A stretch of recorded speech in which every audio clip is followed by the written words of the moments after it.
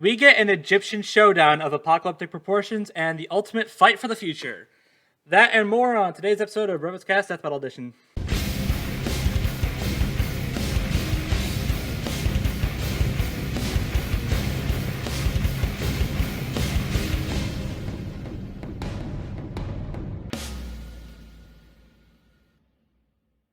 Hey everyone, and welcome to another episode of BrobusCast. I'm your host Brobuscus. With me today is ZDogg. No use! And Richard. It's no use prolonging this. And Smooth. Please welcome very special guest, ZDogg's good friend. Call me Koto. No use, huh? I'm getting real tired of people saying that. There you go. I had to squeeze that in somewhere. I had to squeeze that line in somewhere. Good reference. Understood. I like it. Alright, yay. Yeah. Welcome. Yeah, sup guys, I'm Makoto. You can call me Koto, and yeah. Thank you so much, you guys, for inviting me on to this. No problem. No problem. Yeah. Yeah, we wanted to have you on for a while now, so yeah. So we're excited to have you on. And yeah. Yeah. So Plus, he seems like our best, our best hope against the beast of a matchup that awaits us. Which, on that note, time is not on our side for this, and I mean that. No pun intended. I was gonna say very ironic considering the matchup. Because we have a lot to talk about and not a lot of time to talk about it. So we're going to do something a touch bit differently this time. Because our good friend Richard, Jedi Bender, the Saber King, the man of many names, he has somewhere to be in like an hour and a half, so we're going to skip ahead a little bit. We're going to swap things around a little bit. We are going to talk about the next fight first. Just so Richard can get his thoughts out there, and he doesn't have to leave mid that discussion. So just better safe than sorry. Yeah, it's better we have him. It's better we have him on for this than for the current fight. Fair enough. So, do you want a tease fight? No? Good. All right, here's a tease fight. Yep. And Brobuscus is hidden dread because dread it, run from it. Trunks versus Silver arrives all the same. Yes. That was the new coat of paint. Yep. So next fight is Trunks versus Silver. Oh, I'm sorry. No, it's actually in a surprise turn of events. It is Trunks versus Archie Silver. Yep. Yes. Oh boy. I get bragging rights. You get double bragging rights you do. if you stay for the current fight. Yes. Gosh. But yeah. What? Whoops. You could just say, no matter what, even if we got away from normal Trunks Silver, even though I actually really like the match and really wanted it, there was no use escaping from the matchup. Yeah, for real. Yeah. Honestly. Yeah. Yeah. No. This is a matchup that very few people like and have wanted. This is a matchup that has been, let's just say, more than done to death in the versus community. Just a little bit, you know. But hey, at least now people are actually doing something unique with it, even though every single person has done the match has never done it in a good way. That barely utilizes both skills and techniques. Don't at me, I will fight you on this. How very Come on, specific. let's go behind that 7-Eleven right now. Oh dear. Yeah, so it's Dragon Ball and Sonic. You know, the comparison has been done to death. It's Trunks and Silver. The comparison has been done to death. I mean, Silver is literally inspired by Trunks, so yeah. Yeah. Yeah. I get that, but when every single versus show under the sun has done this matchup and it has all ended the exact same way, it's kind of tiring. Yes. To be fair, most of the interpretations of this matchup have mostly been in popularity contest. It has never actually been done cool. That's all well and good, but I'm still sick of seeing it. That's fair, but now, researched or not, every single Trunks versus Silver animation that I have seen has ended with Trunks winning, and I'm sick of it.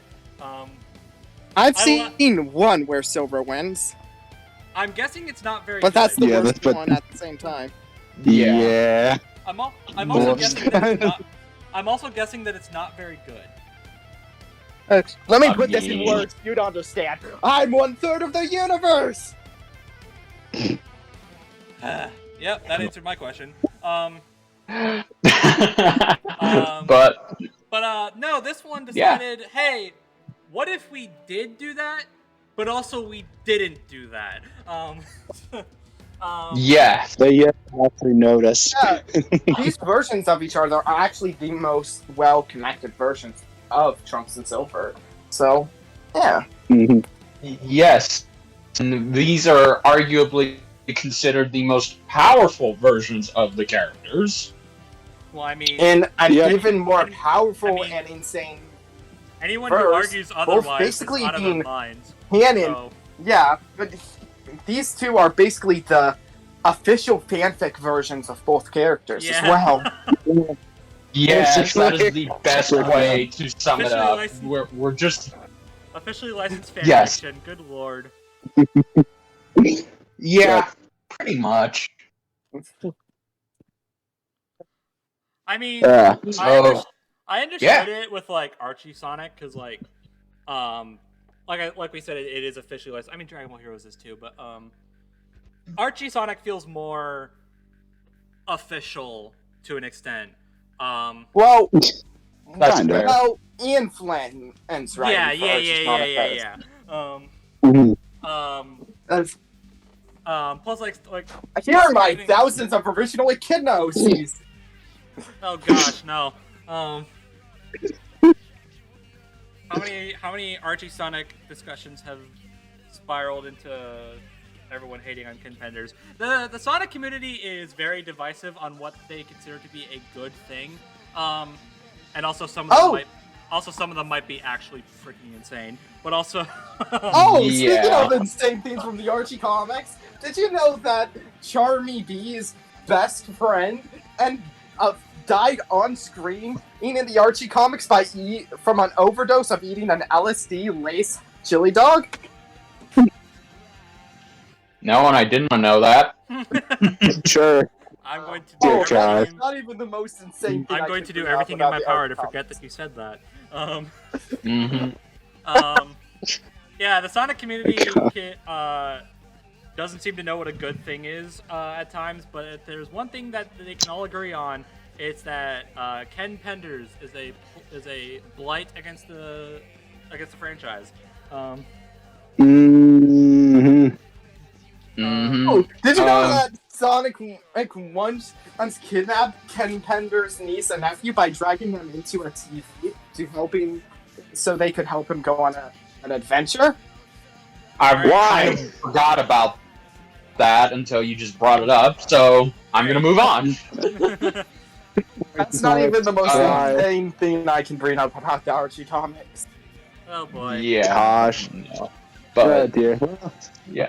Oh, and dear. then you have Heroes on the opposite side of the spectrum. Heroes, for those of you who don't know, and I don't blame you because Japan doesn't want you to know about this. Heroes is a exclusive. Good. I said I can't blame them. Yeah. Heroes is a. Yeah, but that's kind of okay.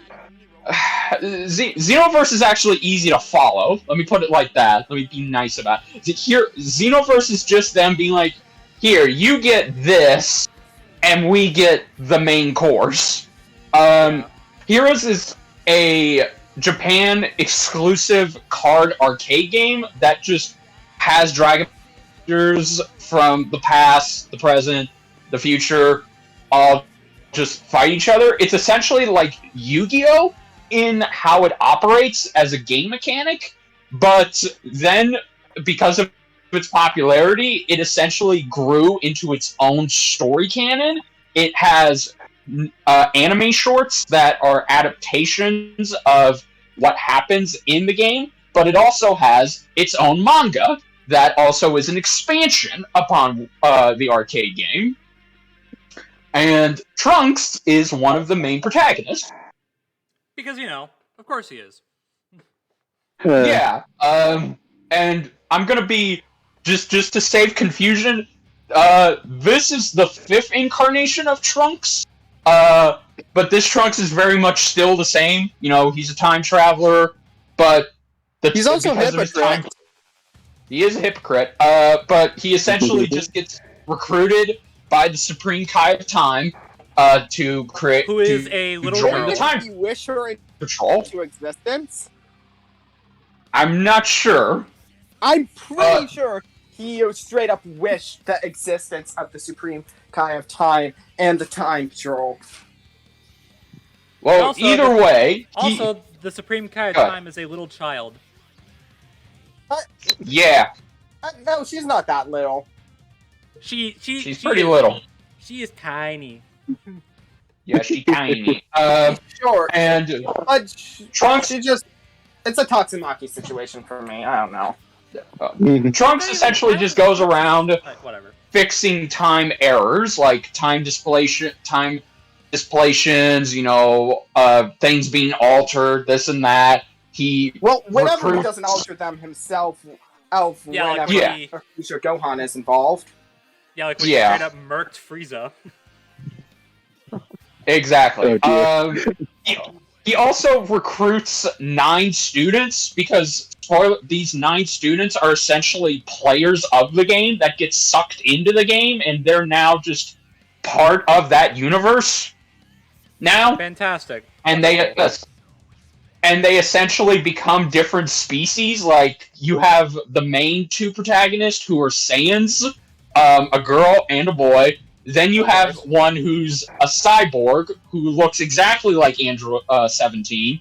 Then you have one who's a Frieza race. Then you have one who's a Majin Buu race. It literally is just create your own OC and have them be in this universe. Hey, fair enough. On the topic of Frieza race, can I just bring up how crazy it is that that they're an existing species, but they only acknowledge, that's Frieza's race. Frieza, the literal worst, most evil person from that species. That would be like, if humans were called Hitler race or something like that.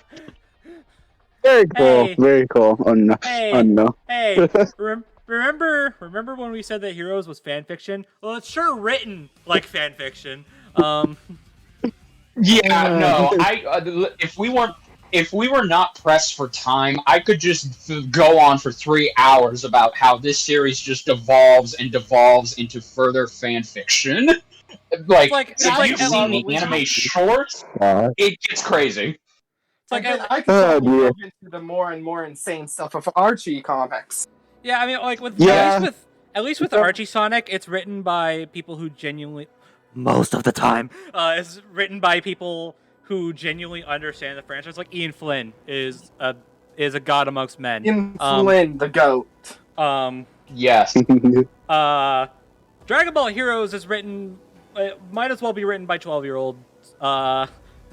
If you had told me that Dragon Ball Heroes was written by a 12-year-old diehard Dragon Ball fan, I'd probably believe you. Here's Time Break Acre or Super Saiyan in Rose 3 Goku Black. Oh Yeah. Yeah. I think Devil Artemis just hit the nail on the head. It's essentially his writing staff on crack. It's Toriyama's writing staff on crack. Toriyama doesn't even write Dragon Ball MR. That's the thing. No. Gosh. But so as you can clearly tell, this is Trunks versus Silver, but on crack. Your gosh. Yes. Like what the Pretty hell? much. Trunks was silver on LSD laced chili dogs. Yeah, there you go. So. Well, I mean, insert obligatory silver squills look like a marijuana leaf here. Yeah, good old pothead the porcupine. Yeah. If anybody gets that reference, you're a real one. Yes. Anyway, but anyways, honestly, so... I'm kind. Like, the more I think about it, I'm kind of okay that this is the match they're at the end of going here. No, Like, I don't have that much of a problem with the original Trunks, like the regular Trunks versus Silver as a matchup, but like. Honestly, I'm kind of glad they went down this route instead. No, here's the thing. Here's the thing. Real talk. We can poke fun at the writing of both Dragon Ball Heroes and Archie Sonic as much as we want, but this is literally the only possible way I would accept this matchup. Yes. The original Trunks versus Silver is a matchup that has been done to high heaven. Or low hell, depending on your point of view. And Trunks has won every single one of them. And if Death Battle had except one. And if Death Battle was any different, if Death Battle had done it, it would have been no different. So, So exactly. I am very happy that they're at least giving me, who is a massive Silver fan, and I've made that clear. Some semblance of hope, which I know is probably going to be, dashed away from me. But you know, Well, I think be happy to know that Trunks in Dragon Ball Heroes is a massive jobber. Great. Oh boy. Well, only at his strongest is Kiso, and even that. We'll get to that. I'm not in key so fast, but yeah. Well, for now, I don't know. What's y'all's opinion on these characters? I mean, I already said my piece on previous podcasts and on this one just now. I've made it no secret that I do actually like Trunks more as a character in Dragon Ball Z. In my opinion, he's way more fascinating to me, at least, than someone like Goku and Vegeta. And I've grown up with the character. My first Dragon Ball action figure was a Trunks one. I have a replica sword of Trunks. Nice. It's a real metal sword. I have a Trunks emerald pin in one of my old job hats that I'm actually wearing right now. Hey. And I actually met Eric Val, the voice of Trunks, this year. So, suffice it to say, I love this character. I couldn't tell. I mean, Silver, I think he's all. And Silver, I think he's all right. I mean, Eric Vale is, as the kids say, a based human being. So, yes, this is facts. So yeah, I'm not judging. I'm not jealous. Yeah. Anyways.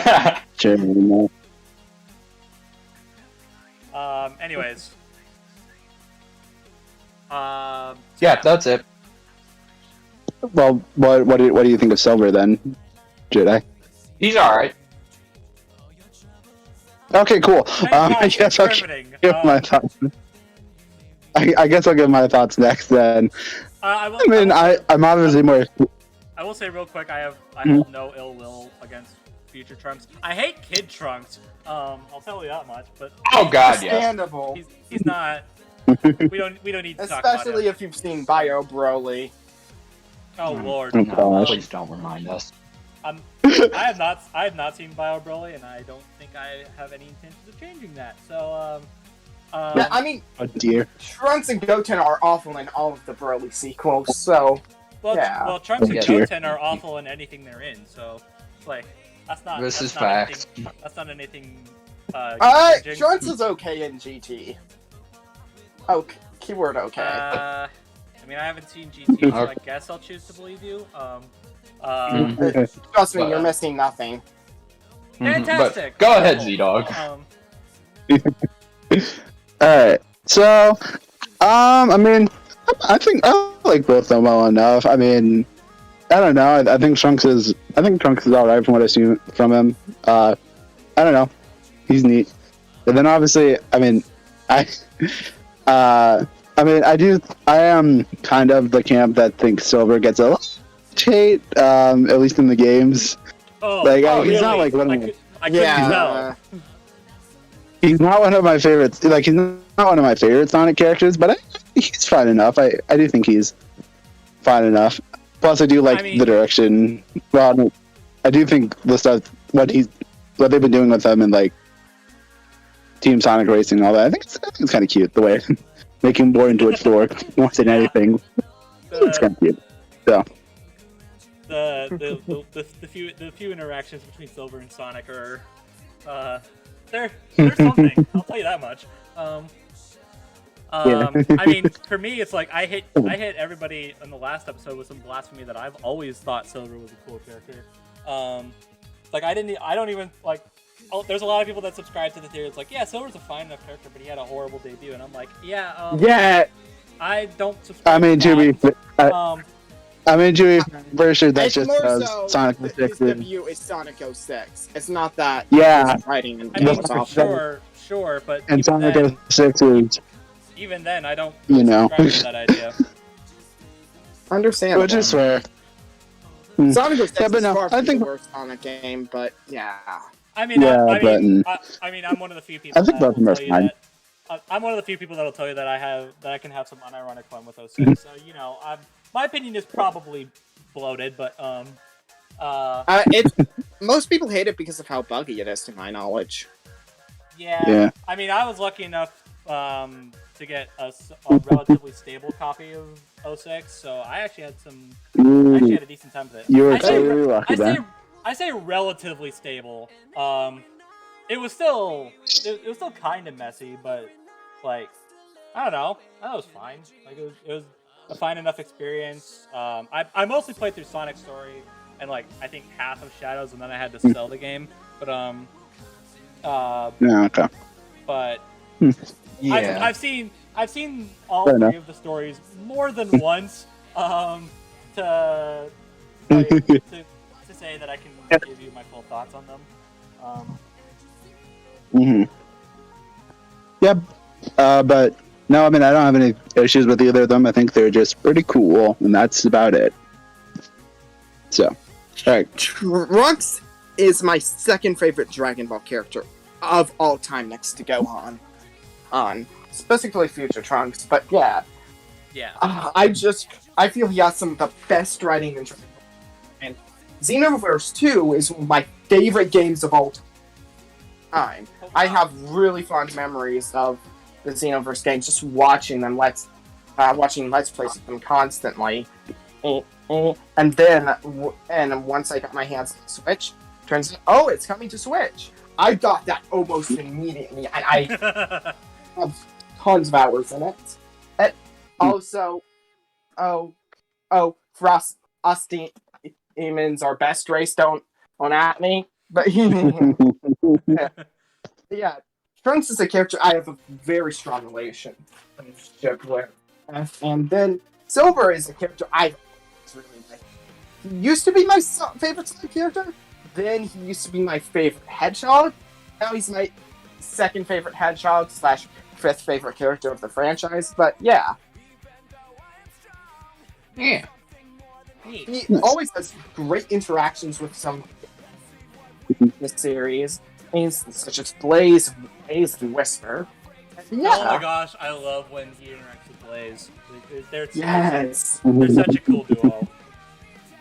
It's like And everyone points to Blaze and Sonic because of Rush, and that's fine. But I mean, I understand that Rush is my favorite Sonic game.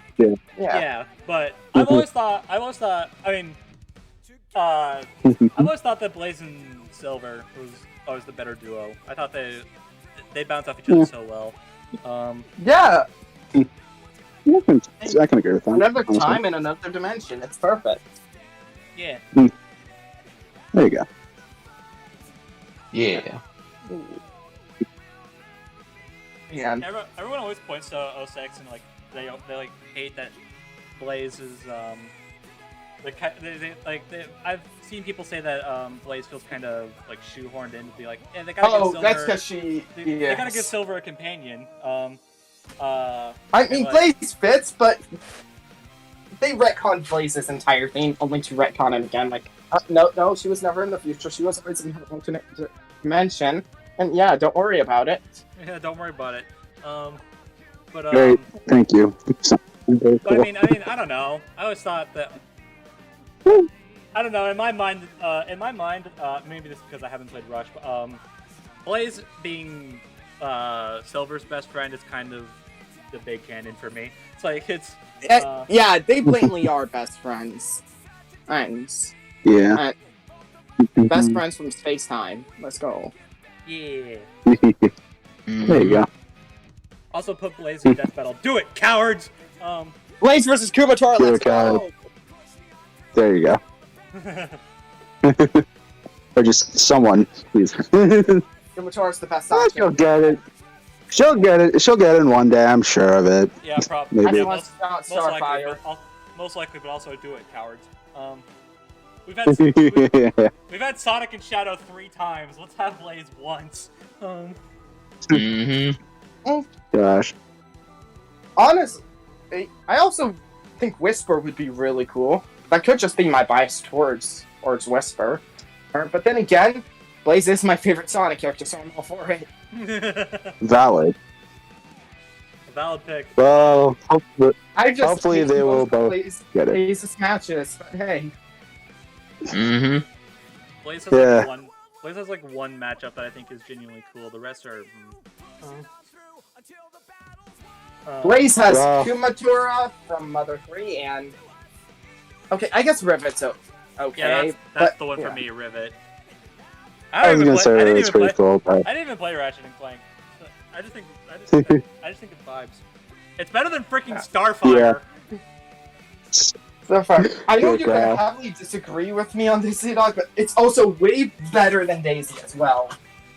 I disagree there, but you know. I don't know. That could just be my Mario bias, but I don't know. Anyway, we should probably get back on topic before we derail this too much longer. Yeah. I will say, where the games... We can save that for the post show. Yeah, I will say where the games indubitably Archie. I don't know. I don't read the comics. Where they failed to write Silver properly. The IDW comics handle him super well. Just Ian Flynn in general.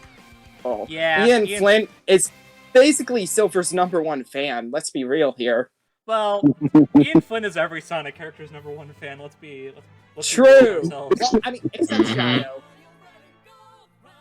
I mean, it's no wonder that this guy is brought on to write for Sonic Frontiers, which, by the way, I am super excited for. Man, I wish I wasn't getting constantly screwed over with game releases. I would totally pick it up. Yeah. So yeah. Okay, I know we're derailing, but have you guys listened to Vandalize yet? Oh my god. Yes, Yes. Oh my gosh. I can't believe they have I've listened to it so many times. in a Onyxon again. Yeah, there you go. Oh my gosh. We haven't gotten it since Team Chaotix's theme. That's true. There we go. Oh gosh. Yeah, but no, it's really good. I would say play it in the background, but there might be a copyright risk with that. I don't know. I might. Oh I dear. might. If I run out of options, I might. We'll see. Okay. But no. So, Okay. So production wise, okay, this is like done sprite fight. yeah. Yeah. Yeah. I mean, obviously we don't know that, but like we know that. It's like, like we don't. It would know feel that it's weird to sprite do fight, it in but it's any 100% other sprite style. fight. Yeah, honestly.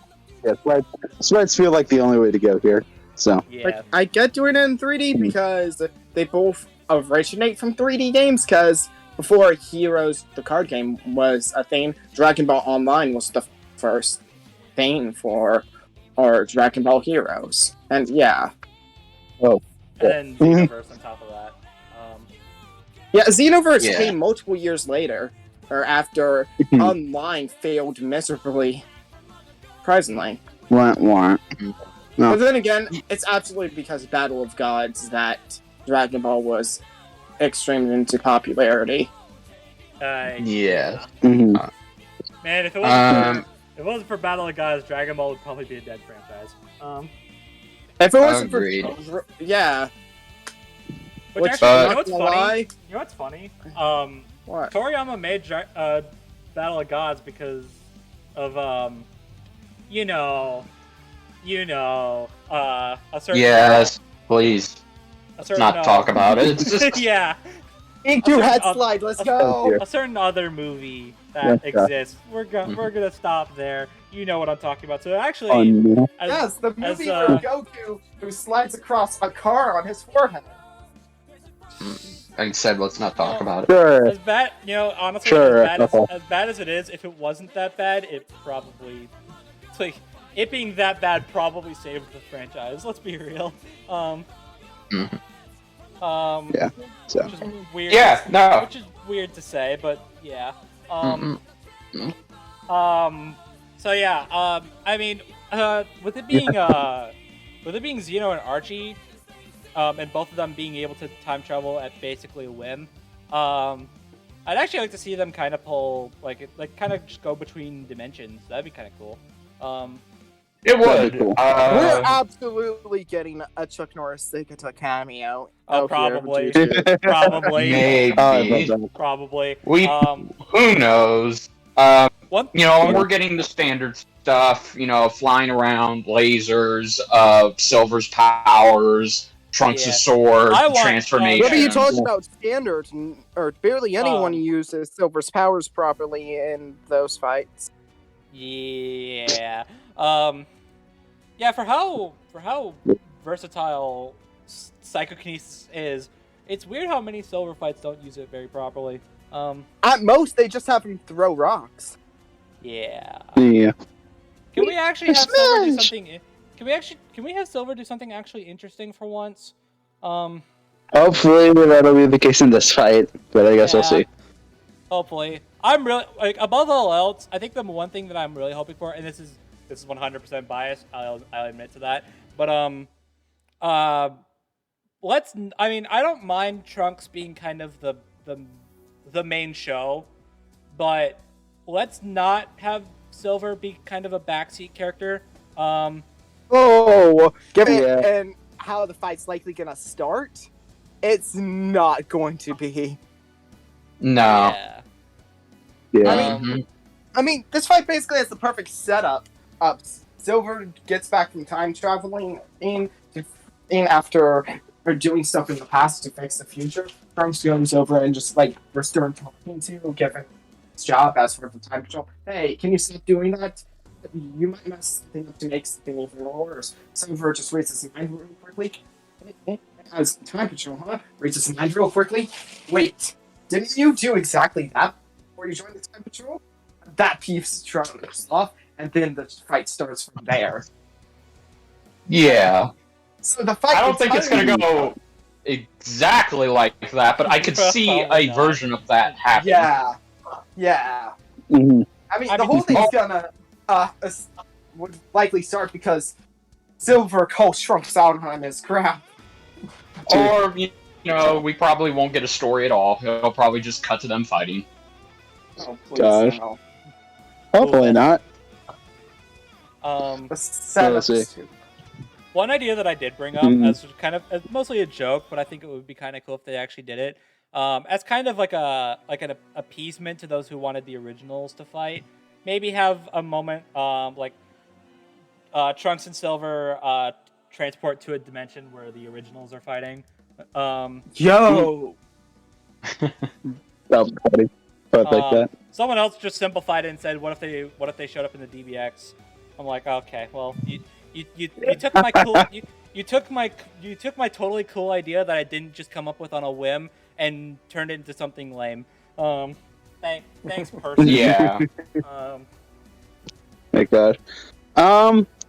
There's actually one thing I would like to mention that I kind of would love to see in this fight, but I don't think it's going to happen. What's that? Okay, so obviously the theme being time travel, I do kind of hope they kind of go all in on it. And well, okay, I don't know exactly how this would work, but like go back to like the other Dragon Ball and Sonic fights where those characters lost, and maybe try to like save their respective cool characters. idea. Like for example, like they save Shadow from Mewtwo, or like they save what others? Well, obviously they wouldn't save like the I don't know which ones exactly. I just use that. Yeah. I save. don't think Trunks would save has anyone to save other than Goku and Vegeta's too recent. And Yeah. Goku, I don't see how he's going to succeed there. I don't know. see them doing any of this, sadly, because I feel like with how simplified these fights become, I don't see them going that all out, especially budget-wise. It would be cool, but I just see them I mean, I think their time travel abilities. Okay. No, that'd probably be- use it to yeah, get if I change didn't. of locations and Probably. maybe a cameo of other characters. Yeah, Who I mean, knows? I think Probably. Goku versus Superman is off the table because that fight's 3D. So, Yeah, That's no. cool. I don't know. I just think it'd be a neat concept considering the matchup I mean, involved. if they wanted, So. Yeah. if they want to do that, then the two that come to my mind for Trunks, he'd probably save Vegeta. For Vegeta. For Silver, he'd probably save Shadow.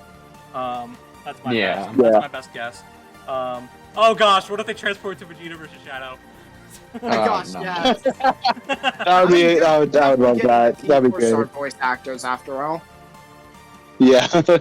Oh man, just get oh man, away we with could get that. it. Oh man, That's a we great could get, segue. we could get updated visuals on Vegeta versus Shadow. Oh gosh. That'd be cool. Well, speaking of voice acting, it's Okay, so no. they're, I think like, it's they're like 1,000,000% getting Kaiser to play. yeah. They are. Yeah. They're getting Kaiser. That's back likely, as yeah. Trunks. Like there's no But- reason not to. No. Silver, a few people are theorizing that they're going to get his official voice actor. Which, given they've worked with him in the past multiple times. Wait, for Which- Silver? Yeah, No. Bryce Papenbrook. He voiced in Sora Pet. Yeah, I know that, but no. Yeah, but some people are speculating no that. shot. I don't think they're going to do that. But No, if we no. did, this would be the second time we would have gotten a Danganronpa voice actor reprising in another one of their characters. Sadly, I don't think Specifically Sega would be okay with that. I mean, if it would have to be, it would probably be one of those things where it's undercover. Yeah.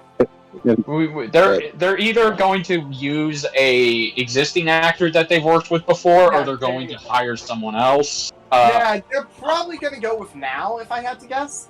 Yeah, I don't know it would be about very that. awesome that. if they got now. Do that. I don't know. Maybe it's just because recency, but my first thought was Mortal. Immortal. Because, Yeah, I mean, he has been voicing. He did voice very recently in the past too. So I mean, yeah. Plus, Yeah. like, Maybe. he was the voice of Raiden, who's another Quentin Flynn voice character. So, yeah. Does anybody remember that Quentin Flynn voiced Silver? Nope. I only remember Bryce Papenbrook. Yeah. Well, Flynn voiced Silver from I believe it was when did everyone else start? I think it was Free Riders when all the other modern voice actors got their start on this. Oh, yeah. franchise. It was either that. gosh. If I actually don't know if Silver even appeared in Free Riders. If he didn't, then his first start was probably I Generations. think he did. Yeah. Yeah. And then he went, Well, then he either went way. Horses. But either way, yeah, that was my first thought. Someone else brought up, I think Sean brought up another one that I don't remember who.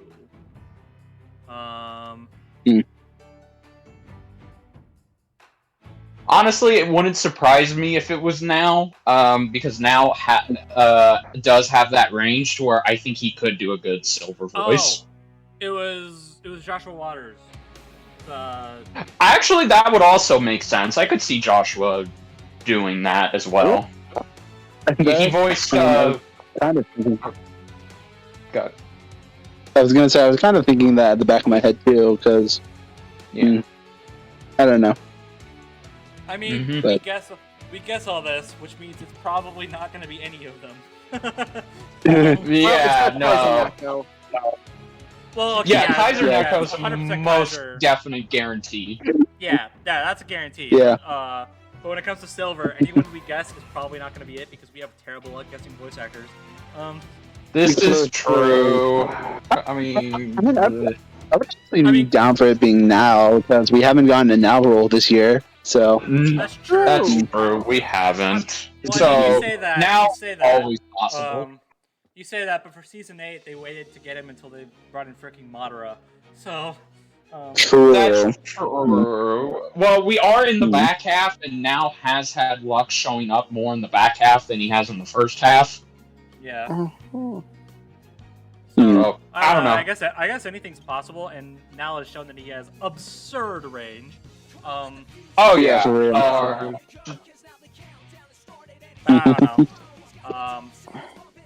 I don't know either. I will say, so- no matter who they get, okay, obviously they're gonna throw an It's No Use in there, but Here's what I'm really hoping. but I really hope Trunks is the one that says it's no use. So then it leads into Silver saying that. I'm getting real tired of people saying that. I mean that would be cool, but Maybe that would be cool, but they have to acknowledge the meme. If Silver's the one that says yeah. it, I hope it's like actually like this really hype thing. It's like they turn this like really stupid meme into something that's actually really hype. That'd be cool. Agreed. Oh, Agreed. I'll be down for that. Either way, I'll be down for that. Yeah. Okay. So And then let's talk turkey. Well, and then music-wise, anyway. Yeah. This is absolutely going to be a Wolf thing. It kind of, yeah, I can see it being I their don't know. wolf. I don't know, because the last Archie Sonic fight was Brandon. No, it's just because of Yeah. Silver's and the futuristic style specifically. It's just that's Silver and all over Maybe. for me. I mean, Brandon has done Dragon Ball soundtracks in the Oh, past, so absolutely. Yeah, I could- especially if there's comms, but who's to say it probably won't be a collab with both of them? That's true. That's Oh, that'd be true. cool. From that. That'd be awesome. Actually, Look, all I'm saying, thinking about it has all I'm saying is that if this isn't, I said this in the last podcast, and I still stand by it. If this isn't some like Rockin' Crush 40 style track, then this episode is a 0 out of 10. yes. Yes. Please. Has actually thinking about it, has Brandon done a silver commission, a silver matchup commission? He actually did. Okay, so he actually did do the soundtrack for the 1 Minute Melee Oh version of yeah. He Super did do the Trunks. one, Oh right. Okay. he did. I completely forgot about But that. he hasn't But as far as done the- like a proper commission. Yeah, as far as the commissions are Okay. concerned, no. Yeah. Yeah, Okay. but I was- But he's done I was plenty of thinking, he's done plenty of Sonic tracks. And Yeah, fact, for real. I bring up Crush 40. I mean, it isn't an official track, but Primal Chaos might as well be a Crush 40 track. Straight up, yeah. True. Agreed. My God. So We're seeing a Brandon's no crane. stranger to that kind of music. So Yeah. Yeah. Oh. Yeah.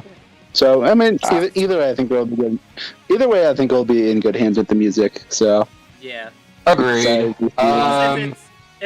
If it's, I mean, last Dragon Ball fight had Princess of Pride, so I mean, it's like Yeah, they're gonna if have they a can hard do time that, following up on that. Well, what I'm saying is that if they can do that, then they can create something really hype for this. True. I Really don't. true. But okay. All right. Well, now it's time. Well, you see all this hype we have. Now it's time for headaches. 'Cause, Yeah, because now it's time to answer who the hell's winning this. Okay, Oh boy. I have done quite a bit of pre-research into this because I was excited. I haven't done that much, but I've dug into a bunch of things, and turns out they're giving Silver his super form. This man's actually read Archie Sonic. Which I'm puts reading him on, Archie Sonic. Which puts him on a level above everyone else here. This is true. I am not that far into it because there's so much to go through. But hey, Yeah. dude, one issue will get you better Archie Sonic experience than the rest of us. good, because I'm over around 100 total right now. Oh, you poor soul. So Oh god.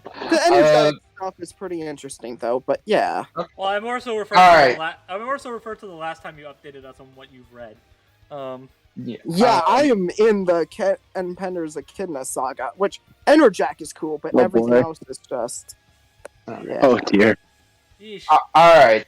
So, So I will say, Richard's the only one here who's like actually confident in this, because I'm not. Yes. I'll tell you that much. I have to be okay. Look, I have to be confident because I have a winning streak to maintain. Even if the lads don't think the other one counted, I'm still counting it. So, haha, I'm beating y'all. Yeah, You're doing right, and I would be on a winning streak. But hey. Yeah, Mm.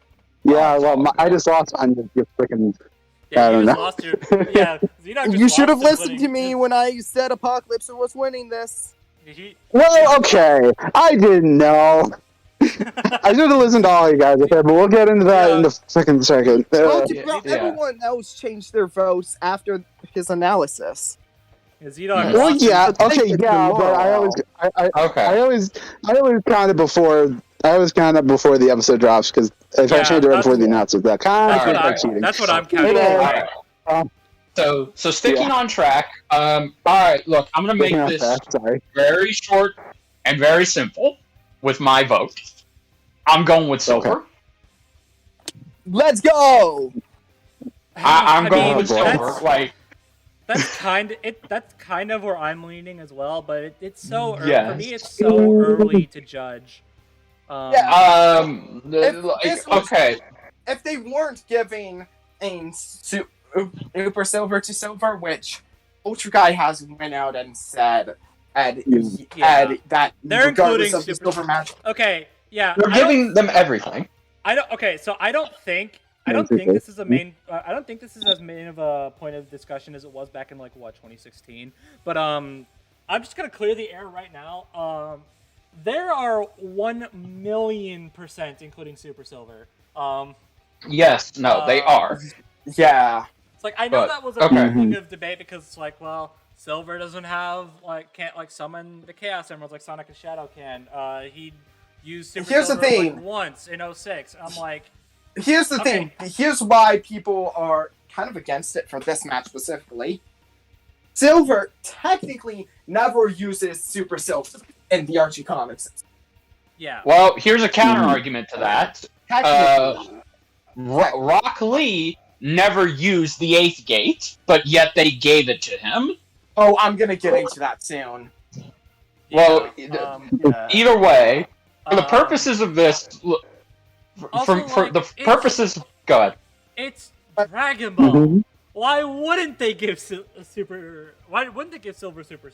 Here's the thing. Yeah, yes. I'm saying technically because Super Silver has shown up in Archie Canon in a recap in a guidebook saying that, oh yeah, the events of 06 happened. Here's a picture of Super Silver. Yeah. And that's it. Ian Flynn has straight up confirmed that Super Silver is a thing that exists and he can tap into. So, like, yeah. Why? Okay, first of all, it is very stupid for people to argue whether or not he will or won't get it. They have, again, I just said, they were willing to give Rock Lee the 8th gate. They gave Goku Super Saiyan 4. They give these characters whatever they can to make sure that they are at their best, because people are just going to bitch and complain if they don't give it to them. So, shit, they were going to give Silver Super Silver. Plus, like, if they don't, then this isn't even a fight. It's like... Well, no, it's... Okay, well... We're good, but yeah. Here's the thing. In their base forms and Super Saiyan, and Trunks and Base Silver are fairly even. And because as Archie comics are insane. Yeah. Well, okay, see, here's the thing, because we're going off of... Yeah, because, okay, see, that's just it. With Super Saiyan God, this does put Trunks, in my opinion, on a much more powerful physical level than Silver, because Silver, Silver's lack of advantages come from, he doesn't have good battle tactics, he's very dubious when it comes to how he conducts himself. He's been tricked multiple times. He's not that well experienced in hand-to-hand. Yeah, he's basically not experienced in hand-to-hand combat. And overall, if it wasn't for the fact that he didn't have a number of hacks upon hacks of options, then Trunks would win. Yeah. But also, here's another thing. The big thing that puts Trunks at the level of Super Silver. The Key Sword. Yeah. Well, it's not even a matter of the Key Sword puts him over. It really is just a matter of... Okay, because I think it's now a good time as any to explain the power scale difference in Heroes compared to regular Dragon Ball. A Super Saiyan God in Dragon Ball Super and just Dragon Ball Super is confirmed to be universal because there were only and because of the shockwave, this and that. And we know that in Dragon Ball Super, the Dragon Ball universe is composed of 12 universes, just 12, no more than that. So Goku in Super Saiyan God, along with Vegeta, have the power to destroy potentially their whole universe. Now we go over to Heroes. The multiverse exists. They have pretty much made reference that the multiverse does exist. There aren't just a finite number of universes. There are infinite universes. So Trunks at Super Saiyan God is essentially multiverse. Fantastic. So I would say, and again, his base form is arguably just as good, if not better, than Silver at his base form, because we got to remember that whenever someone taps into the power of Super Saiyan God, they essentially keep that energy in their body, and that becomes their new base form. And every time they use their transformations, it just gets more amped up. Mm-hmm. Yeah, oh boy. So, alright, so when it comes to physical stats, this is the way I've been told that how this works. Okay, so obviously, Silver in his base form, no shot. But Super Silver and both of them at their absolute peak. From what I can tell, both of them have very solid arguments for both being high multiversal.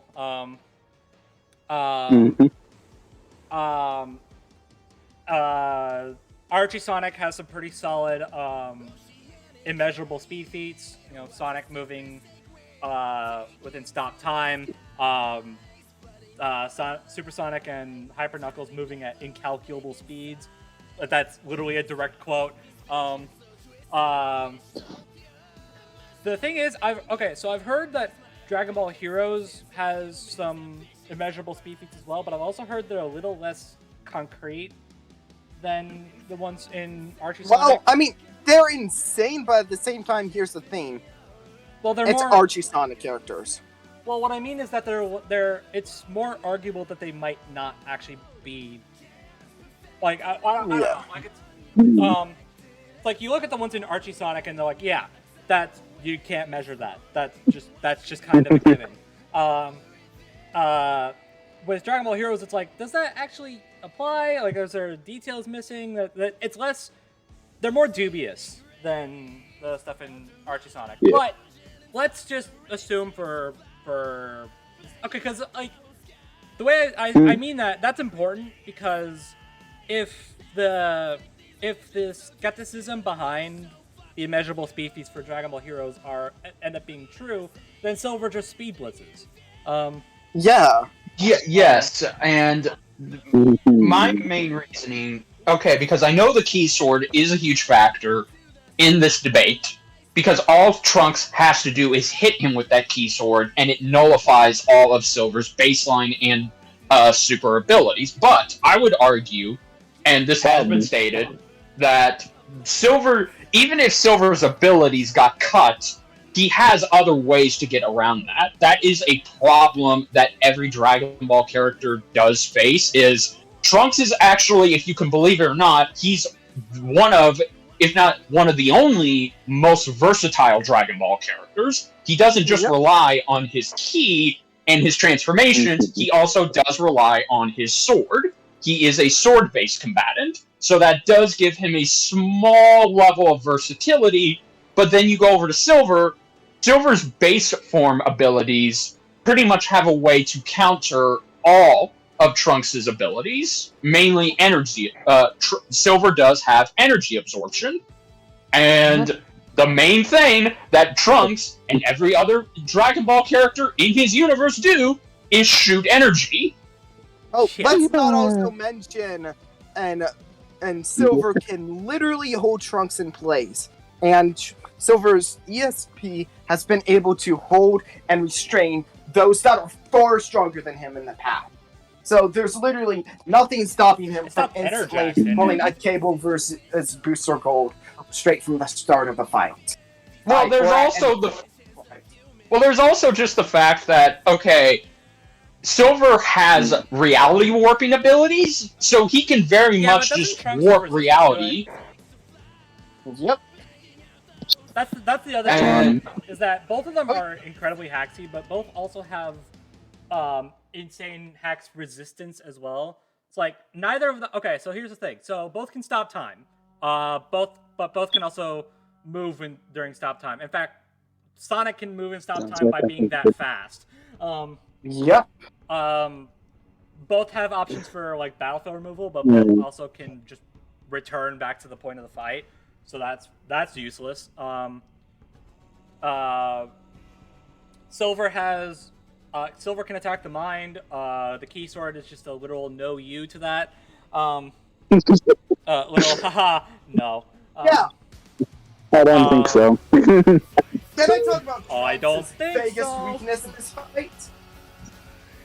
Sorry, what? Did we what? Trunks' biggest weakness in the fight. What might that be? The Key Sword, ironically, because as powerful as it is, it also basically puts Trunks on time limit. Right. Yeah, it drains his ki and stamina at a rapid rate. Oddly enough, a faster rate than that of the super forms in Sonic. Oh yeah, because those things can last for hours. And again, it really would come down to Trunks would have to hit Silver first, but again, I would make the argument that yes, Trunks and everybody in Heroes could potentially have incalculable speeds, but with Archie, those have been actually more consistent in showing them, rather than just being... maybe it's implied that they could. Yeah. And even then, Silver has so many ways to restrict Trunks' movement. Could either speed blitz Trunks or just hold him in place until his form runs out, or out and he's completely drained, or just hit us booster gold him.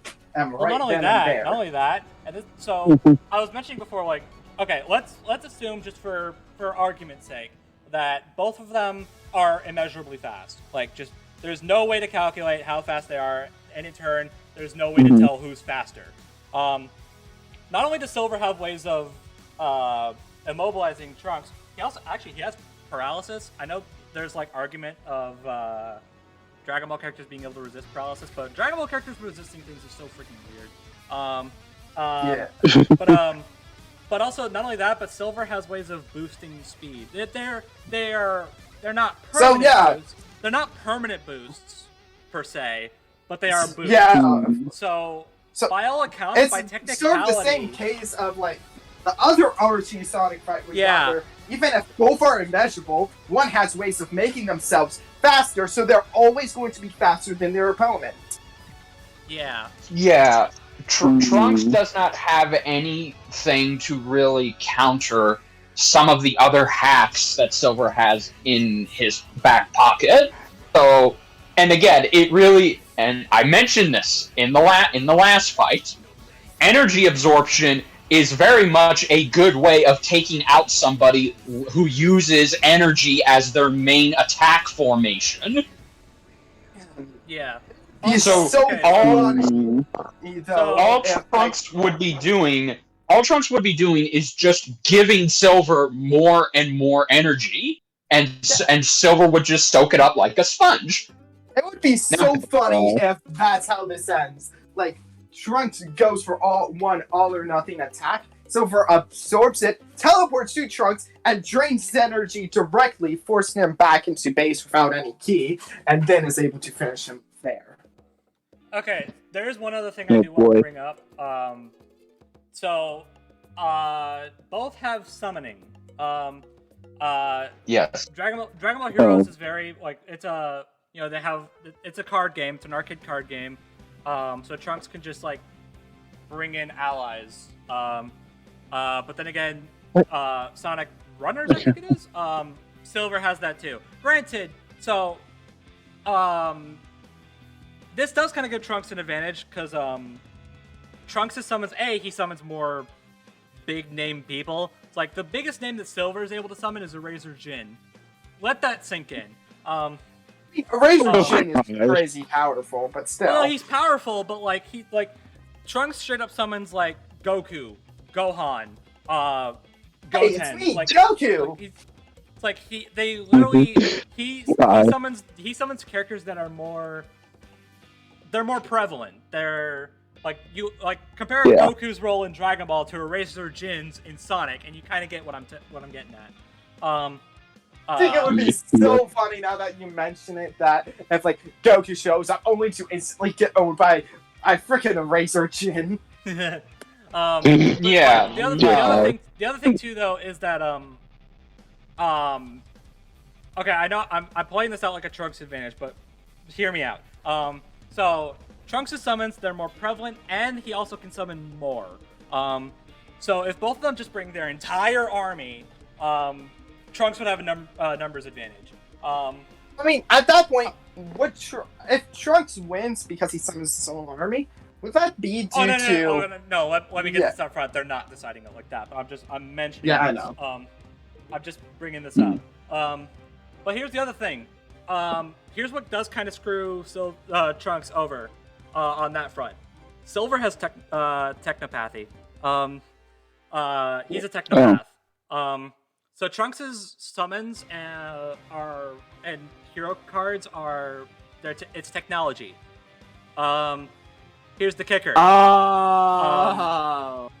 Silver can just turn it against him or just outright destroy it. Yeah. And, also, he could just immediately read Trunks' mind to figure out he's going to do it and stop him before anything does it, because he's faster anyways. Oh dear. Okay. Yeah. Now And To be it's clear- so funny to be if clear- Trunks tries like summoning Vegeta, then Silver uses it to make Vegeta turn against him. Well, no. The summons themselves aren't technology. He straight up summons the characters. Okay. What I mean is that Trunks' ability to summon them is tech. It's cards. It's a little device on his wrist. I don't freaking know. Yu-Gi-Oh. Yeah, Yu-Gi-Oh. It's Yu-Gi-Oh. Silver can just shut it off or close the portal, which would make Trunks. And Trunks doesn't have any way of doing it. So, granted, I think Trunks could probably take out most of Silver's summons anyway. They're not very big characters. More than likely, yeah. But to be clear, if Trunks does get his army in, that's trouble. But the question is, can he? And I would argue probably not. No, he won't have time to pull it off. Yeah. Silver's immediately gonna figure out what he's up to and destroy the device immediately. Mm-hmm. And even if he does get one summon in, I feel like he'd only get one summon in before Silver just breaks the device. Yes. Yeah. So, I mean, okay, so the other thing too is that this is also kind of a close range versus long range sort of fight, because both of them like if they were to get up close and personal, that's Trunks' home field advantage. Yep. However, if Silver is more than capable of like being able to play safe from a distance. And anytime Trunks does try and get close, he does the Sonic 06 Silver boss fight. My God. So I mean it's like I said, it's early. We're recording this Thursday after the episode was announced. There's still a lot that needs to be said, that needs to be listed about both of them, because Dragon Ball Heroes and Archie Sonic are freaking weird. Yeah, they very much are. And again, I want to make this clear: is Trunks is versatile. Then, at least in Heroes, he's more versatile than any other characters. So he does have a better chance of closing the gap. But the problem is, Silver has many ways to keep him from actually reaching Silver. Yeah. Mm-hmm. So I know it's early, and this isn't my final bet, but I'm going with Silver, and I feel like. But here's the thing. Here's what's making me so scared. I like Silver a lot, and I am on a. And if you count Excalibur versus Raiden, I am on a 3-episode losing streak. My preferred characters to win. Oh boy. So part of me kind of wants to. I say wants to. Part of me is Part Play devil's advocate. Sorry, what? Play devil's advocate and go Trunks. Yeah, I mean, part of me is thinking go Trunks because your preferred character is going to lose. Based on it being Silver as well. It's like, I don't know, because like most of the time when I get like this worked up over my preferred characters winning, it's usually when they have just no shot at winning and I just don't see it. I felt that way with Archie Sonic. I felt that way with Raiden. It's like I went in thinking like, I think this character's got a pretty good shot, and I just kind of let that drive me. And it just blew up in my face. Yeah, I mean, so I'm going. Yeah, from what I've seen, Silver's the common consensus from most people I've actually that's because it's Archie Sonic. It's like, yeah, no, I mean, a lot of people say Archie Sonic is this big unbeatable universe. Yeah. Okay, and to be fair, Silver is not unbeatable. He's nowhere near on equal. He's nowhere near more powerful than Archie, Sonic, and Shadow. But And Knuckles, of course. And Knuckles, of course. But Archie, Sonic, he's not. Archie, Sonic has Ultra Sonic. Silver's not competing with that. No. Yeah. Silver is definitely not far off in terms of his own power. And again, we have seen examples of, as Brobuscus hit the nail on the head, we have seen examples where the long-range fighter seems to have more options to keep the up-close fighter away for a time. Yeah. Mm-hmm. So, I'm sticking on recording. I'm sticking with Silver. I do think Silver's hacks are his main game changer here. The thing is that I want to agree with you. I want to agree with you so freaking bad. I mean, just based on this conversation, I think going with Silver is it's a safer bet, but like, there's something in my mind that's saying, but I don't know, there's just something in my mind. I wouldn't be surprised if Trunks wins. I just want to make that clear. Oh no! Look, I would not be surprised at all if Trunks does end up winning. If Trunks wins, that's a personal win for me because again, I'm more biased towards Trunks. I always have been when it comes to this debate. But when it came to researching this fight, the more I looked at it, the more it was like, okay, Trunks could win this fight in certain scenarios, but we're not dealing with certain scenarios. We're dealing in absolutes here. So, in absolutes, Silver just has more options. That's just it. Silver has way more options to control the battlefield and take Trunks out. Trunks has to get in close to take him out. I mean, there is always the key sword, but like the problem is that he has to hit him with it, which I'm not sure he can do. Yeah, no, because I don't want to believe that they are going to take the Dragon Ball heroes have uncalculable speed seriously. Maybe they'll indulge it. They'll be like, let's say hypothetically they did. Well, guess what? Silver and other characters in the Arch universe have shown to consistently keep up these incalculable speed feats. They're most definitely going to reference Archie, Sonic versus Wally. Okay. Oh, absolutely. Yeah. Okay. I have a question. Is Trunks able to like just bring the key sword back to him like a keyblade? As far as I know, no. It pretty much operates as a normal sword. Okay. So Silver with his psychic power could disarm him, could he not?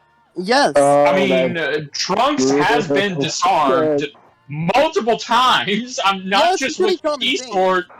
Like, okay, it's not that hard to disarm Trunks. Like, yes, he's carrying a sword, but let's be real here. It's a sword. I mean, all Silver just has to do is like point one of his fingers and just slide left, swipe left, and then suddenly, oh no, the sword's gone. I mean, I guess now that I think about it, Trunks also can teleport to it, so I mean, I guess there's that. But I mean, yeah, he could, but Silver can just keep taking it away. Yeah, that's true. And I do. I don't. And again, I want the only way Trunks could kill Silver is using that sword, because if he just shot key beams at him, all that's going to do is just drain him. Yep. And not to mention, the sword itself is going to be draining Trunks as well if he's not hitting Silver with it. He's on a time limit. A stricter one than Silver. I was about to say, I mean, Silver kind of is too. Yeah. Right. Well, I mean, there's the other thing. There really is the other thing that just nails home how much Silver has. It's one that it's staring us right in the face. Is that Silver's super forms much like Sonics and Shadows, are invincible. They can't be killed in these damn things. True. But he can be knocked out of it with enough power. Also true. Which, That's actually like yes. That's actually a more reliable way of. Most of the enemies in Archie Sonic find that a more reliable way of taking down these hedgehogs, but knocking them out of their super forms. Like Archie Sonic has run out of super forms long before he's actually supposed to. Yep. That's fair. Mm-hmm. So both of them are on a pretty strict time limit here. Yeah. I just think and what's scary though is that if it comes down to that, then if Silver runs out of Super Silver, he loses. It's like Well, I still think he has a solid chance because he's still faster, still far haxier, and can just not get hit. That's true. Because It just Super Silver just makes it an absolute win con.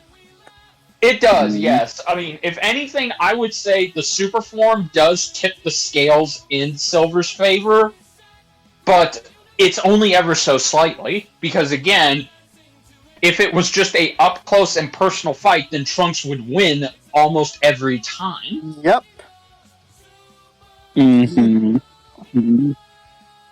Well, ZDogg, who are you going for? You haven't said who you're going for. I mean, I thought I said earlier, but just based on everything right now, I think I am siding with Silver. Just based on everything, Okay. It sounds like he has a lot more going for him. So, yeah. shoot. For the sake of this podcast, I'll go with Silver. Yeah, for the sake of the podcast, I'll go Silver. Looks It like might change though, but Yeah. Keep in mind. no matter how much time I'm Trunks try to secure, or no matter what light in the future, it was no use. Oh my god. Oh boy.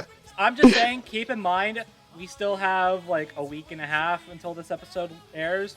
My mind can change. true. That's And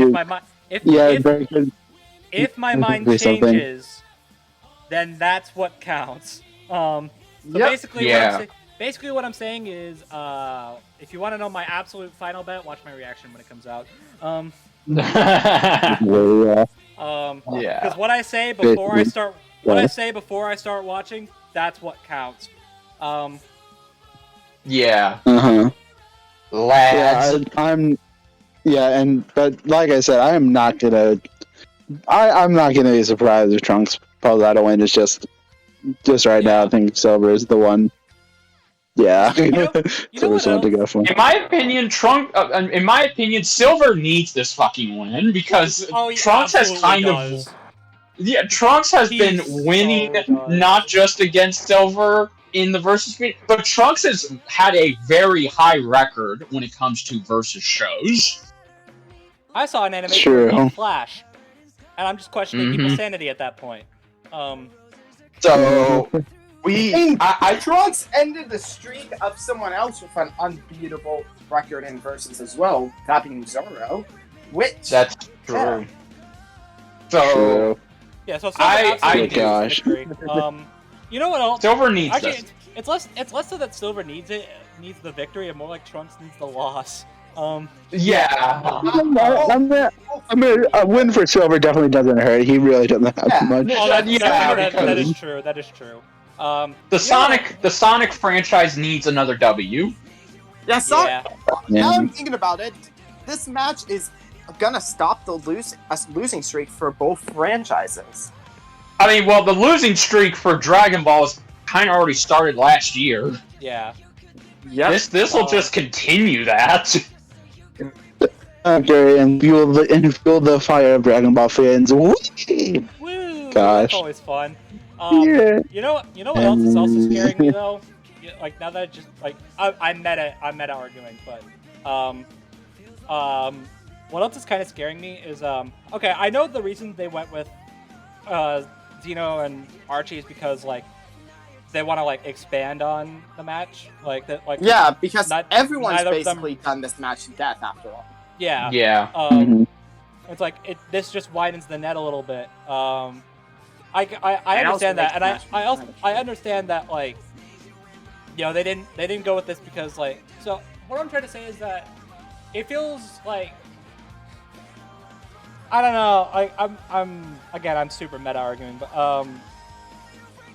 there's a part of me that's like, well, why would they do Xeno and Archie because, like, okay, like we made clear, if this was Z/Super versus Game Silver, then Trunks would win. Absolute Trunks wins. Yeah. Absolute No Trunks contest. win. Yeah. Oh, contest. So it's like, well, why would they expand upon that if it doesn't, if it changes pretty much everything? That's what's kind of, like, that's so not a factor in why they did it. I understand that, but it's just a thought in the back of my mind. Yeah. Like me, like my absolute paranoia for my preferred character winning, is like, oh, wait a minute. Understandable. Yeah. Yeah, And it came from this. watch if Trunks freaking wins is gonna be. Well, Ben said he hated Silver. That's why you know that's what. Let's not. To be fair, No. fair. I mean, I know that. I mean, I don't. Archie that's Sonic took a massive that's L. crap, but Ben and hated Sasuke, and Sasuke almost won true.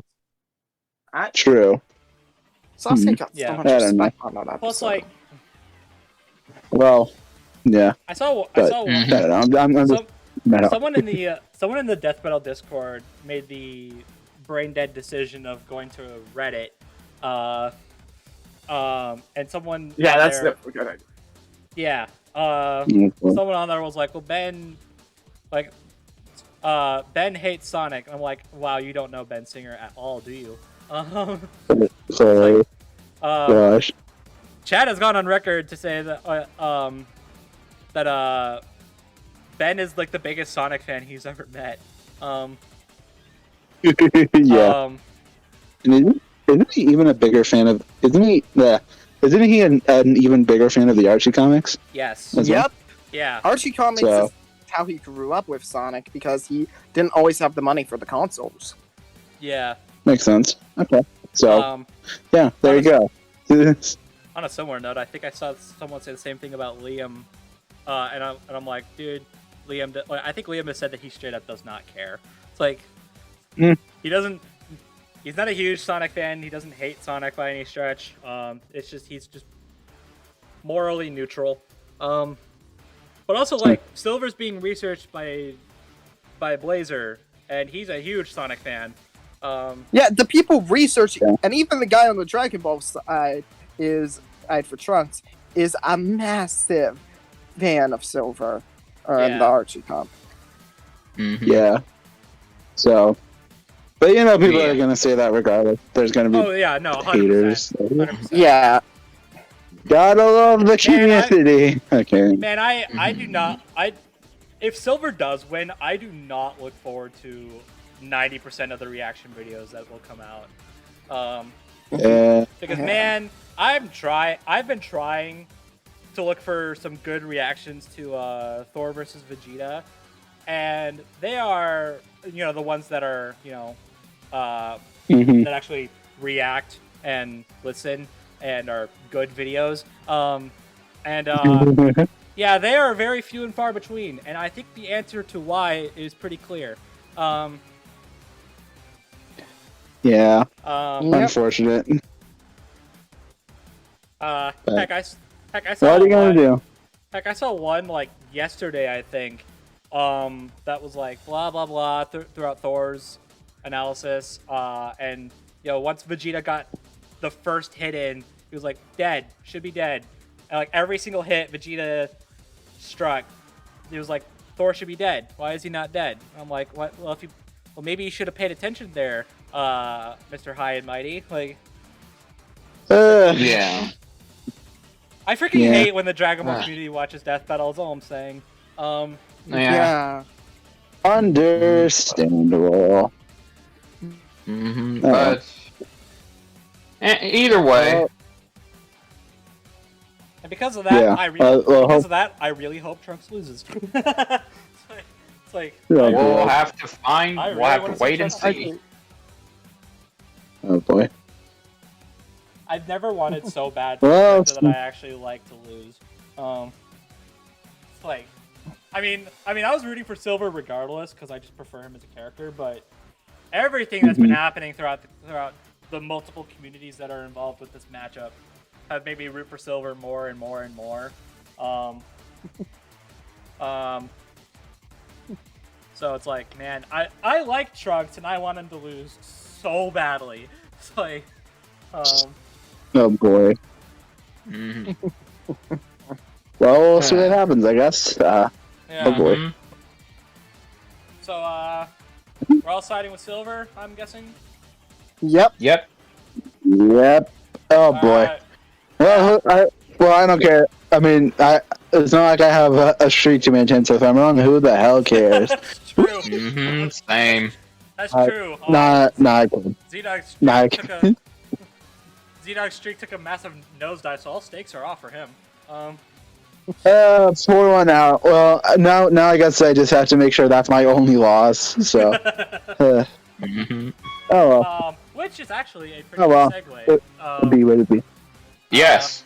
That's a True. pretty good segue to talking about. We get to talk about the death battle of all time. Let's go. Oh. Man, this feels weird.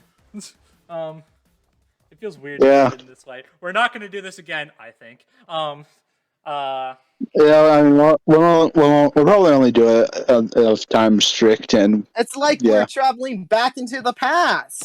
Oh. True. hey, It was you know, it was kind of it was a purpose. It was a purposeful thing all this time. Aha! Got you. Anyway, Black Adam versus Apocalyptic X-Men Marvel Comics. Yes. Yeah. So this is a fight that exists. Yeah, a pretty good one to exist, honestly. Yeah. Yeah. And this is the episode that took the entire general consensus and spat in its face. Mhm. Well, I Gross. think a lot of people were mostly betting on Black Adam for the main reason that DC. Yeah. Yeah. Poor DC. old Tef. But ultimately, poor Teffy. Mhm. It basically stats don't matter, because one guy completely screws over the other, or just in terms of abilities, and the other guy can't kill him. So yeah. Yep. It's- Oh, whoops. It's so weird to get this kind of contrast for these Herald fights, because like, man, remember when way back in the day it was like DC wins, DC wins, DC wins, like, Mhm. and now it's like, well, now it's like, well, the top tier characters have these universal feats, but both of their universes are like massive, and they're pretty much equal in terms of size. So it's like, oh, well, I guess stats don't matter then, I guess. Nope, not when it comes to this. Whoops. Like the last few, Sigh. the last few Marvel vs. DC fights haven't really ended with like, this character is massively more powerful than this other character. Yeah, they've it's been mostly- pretty on par. He's on the even. Heck, even the one that said like, oh yeah, this character is stronger and faster, they lost. So Yep. weird that. Yeah. Weird how that works sometimes.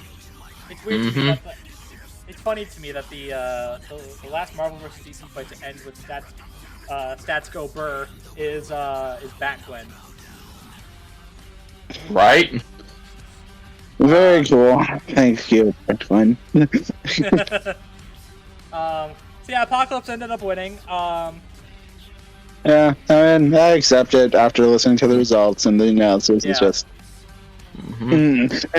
I mean, Like I they mirrored what I was saying up near the end of it. So, Mhm. Yeah. they pretty much like said beat for beat what I said in my reaction. So I mean, I feel pretty good about myself. Me too. Like Yeah. Brobuscus said, I get double bragging rights. Yeah. Yeah. I mean, That was a granted, fun.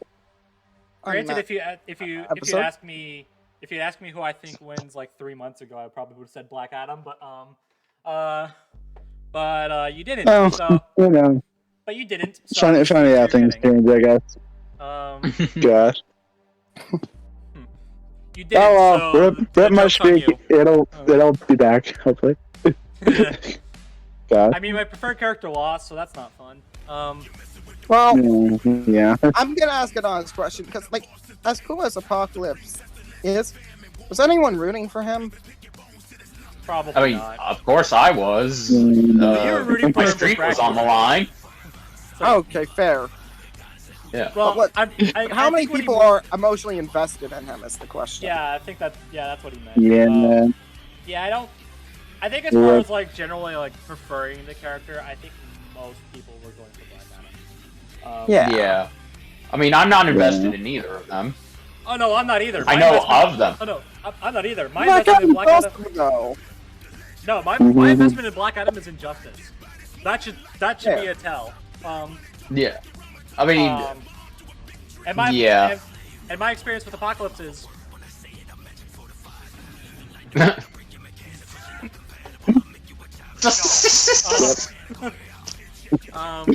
Yep. Oh well. I mean, he does seem like a really cool character from the analysis. He's just, yeah. yeah. He is cool, but it's just yeah, Yeah. no. Black Adam. He needs more visual media because his movie isn't doing it. Well, okay, yeah, He's no, cool no, it's the not. X-Men and cartoon, like the original one, which Okay, is cool. where I He has have the my X- experience with him. Okay, cool. He has the Well- X-Men cartoon. Black Adam has both Injustice games, entire animated Black Adam. movies, Yep, there his you own go. live-action movie coming out. Countless appearances in cartoons. Yeah. Mm-hmm. Like Apocalypse is just one of those Yeah. characters that, like, in the comics, he's amazing. But it's just like no one ever takes advantage of how much they can do with this character because they don't do anything with him. And when they do, it's usually bad. Fact. Although it is weird to me, despite how similar the characters are on a visual stance, I didn't know this until I took a brief listen to Lads. Apocalypse and Thanos have never met, This is true. They have never met. which is weird to me. Huh? I thought Thanos was straight up intimidated fighting Apocalypse. Huh? Who knows? That's always what I've known. Yeah, But like, like, despite how many villains Thanos has like gone up against, I mean, maybe Thanos has like mentioned Apocalypse at one point, but as far as like actual confrontation, like this man's gone up against like Galactus. He's gone up against a bunch of Celestials, but never Apocalypse, which is weird to me. You'd think that'd be a match made in hell, Mm-hmm. but I guess not. yeah, Maybe in the future. Who knows? Maybe. I mean, MCU can't do it, so. Yeah. Oops. Oh. Mm. well, I mean, there's nothing stopping the MCU. You know, after all, what if? That's true. Like, That's true. That would make an interesting what if, actually. Yeah, I guess it's true. Well, I more mean like mainline MCU. Like Thanos is kind of. Yeah, Mhm. No, Double Dead. So, I love you. That's true. Double dead. Jeez, he died twice in True. the same movie. Poor guy. I mean, granted, he did wipe out half the universe, so he probably deserves it. Well, you know. But yeah. So I mean, you know, Apocalypse won. That was a surprise. A pleasant surprise, but a surprise nonetheless. I'm always happy to. I like DC, but I'm always happy to see Marvel pull ahead over them. Yeah. Yeah. I've always been more of a Marvel fan myself. There will be times when I root for the DC character. I prefer Black Adam over Apocalypse. but I don't know. Maybe it's just because like we deal with so many, Marvel versus DC fights where it's always the top tiers, and the top tiers are usually better in DC. So to see a Marvel one pull out, especially since it's we can point at like Batman versus Iron Man and Lex versus Doom, but those two are basic human beings using unga bunga powerful suits. I guess granted, Doom is like second Sorcerer Supreme, but that's besides the point. Yeah. Comics. Like there's no, but like for this one, there's no ifs and or buts about it. Both of them are super high tier, and the Marvel one actually pulled out, which is a surprise to see. Yeah. Well, good for them. Good for them. Yeah. I guess. I'm curious. I haven't been keeping up on the track record. I wonder what the win-loss ratio is for them now. Not sure. Matt should check up on that. I'm guessing Deuce is still way ahead though, just based on. I don't know about way ahead, but they're probably ahead. Yeah, they've been on a win streak for a while, after all. And Marvel's been on one of the biggest losing streaks for a while too. Yeah, but Marvel's been playing catch up. Yeah, that's true. I guess. I mean, Glad to check that. What was the last? Actually, I'm curious. Aside from Wanda Tano, what was the last DC win against a Marvel character? I forget. Was it Booster? Yeah. Oh my gosh, it was Booster Gold. Of course, it was Booster Gold. Dear gosh. Good lord, that was a while ago. Yeah, okay, that's right. I didn't think about that. Boosterific. Anyway. Yeah, all the other Marvel vs. DC fights, except for Scarlet Witch versus Hannah, they all end. Yeah, okay. I guess I didn't think about that. So. Yeah, I'll have to look back on that. Maybe we'll do it while we're talking. Maybe or maybe you'll find out during editing, and if so, here it is. That does editing. Anyway, I know you're not. Alright, so yeah. And then I mean, analysis fine. Like it exists. Yeah, I dig it. It could have been better for Apocalypse. I'm sorry, excuse me, Black Adam. But yeah. No. Yeah, no. I mean, there's nothing inherently wrong with it, so I mean, I'm feeling. Yeah. I was really surprised when he had a Black Adam, a yellow lantern ring. Yeah. Okay. Yeah. That took me back a little surprise. Well, that was cool to learn about.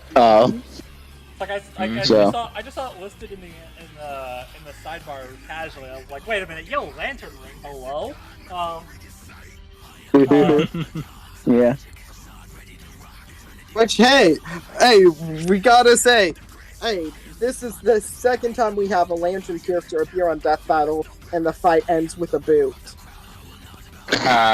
Good. Very cool. Okay. They did that on purpose. My gosh. Somehow I doubt that. Let's go with it.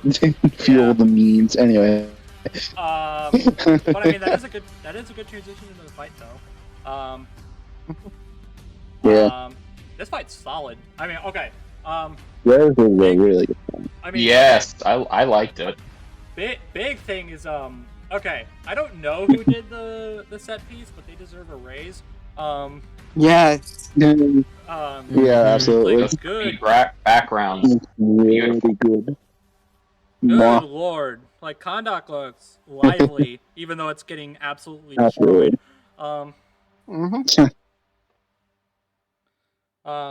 Yeah. So yeah, I mean, I also the comic book opening. It's cute. It's cute. Yeah, I really like that as a touch. So.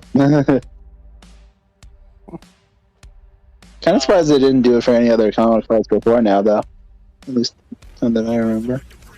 I guess, Yeah. I guess like time, because they actually said on commentary that like every fight has a lot of stuff that gets cut out because like some of it is like not important or stuff like that, and just cut it in time.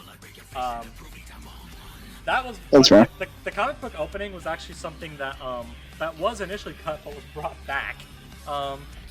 Nice. That's good. So that's fine. That's fun to hear about. Yep. I apologize, by the way, if I'm kind of like if I sound distracted because I am. I I'm guessing you're looking at the DP microphone. I am as well. I'm more Professionalism, Magic King. Yeah, professionalism is fun, isn't it? Yeah, no, I'm kidding. Yeah, I mean, overall, just looks very nice. Everything looks very nice. Yeah. So. Yeah. Yeah. Yeah. Yeah. I think what the big thing that really elevates this fight is just it, on a visual front. Not just because of the amazing looking set piece, but also just a bunch of shots are like anytime Apocalypse is in front of the moon. Oh yeah. Like, oh, those shots gosh. are really good. Oh gosh, it looks so good. Can we take Yeah. a short bit to talk about Fallen Gods, which leaked? The leak was really funny. Well, we'll get to that. But yeah, Yeah. We'll get to that. I'm sure I punched the best. Yeah. Yeah. Also, just like, I mean, okay, the DBX in this matchup was solid, but I think what this fight does definitely. way better is just Characterization. it's getting the scale of Kaiju Apocalypse. Yes. Yeah. Definitely. He feels very big and very imposing throughout the entire fight. So. Like, there's that shot of Black Adam flying towards Apocalypse, quoting Homelander, and it's like, and you see Apocalypse in the background, just in shadow, and it's like, holy crap, he's huge. Yes. Indeed. Indeed. Yeah, just yeah, it looks really good. Very makes him a very imposing figure throughout the fight, which is good.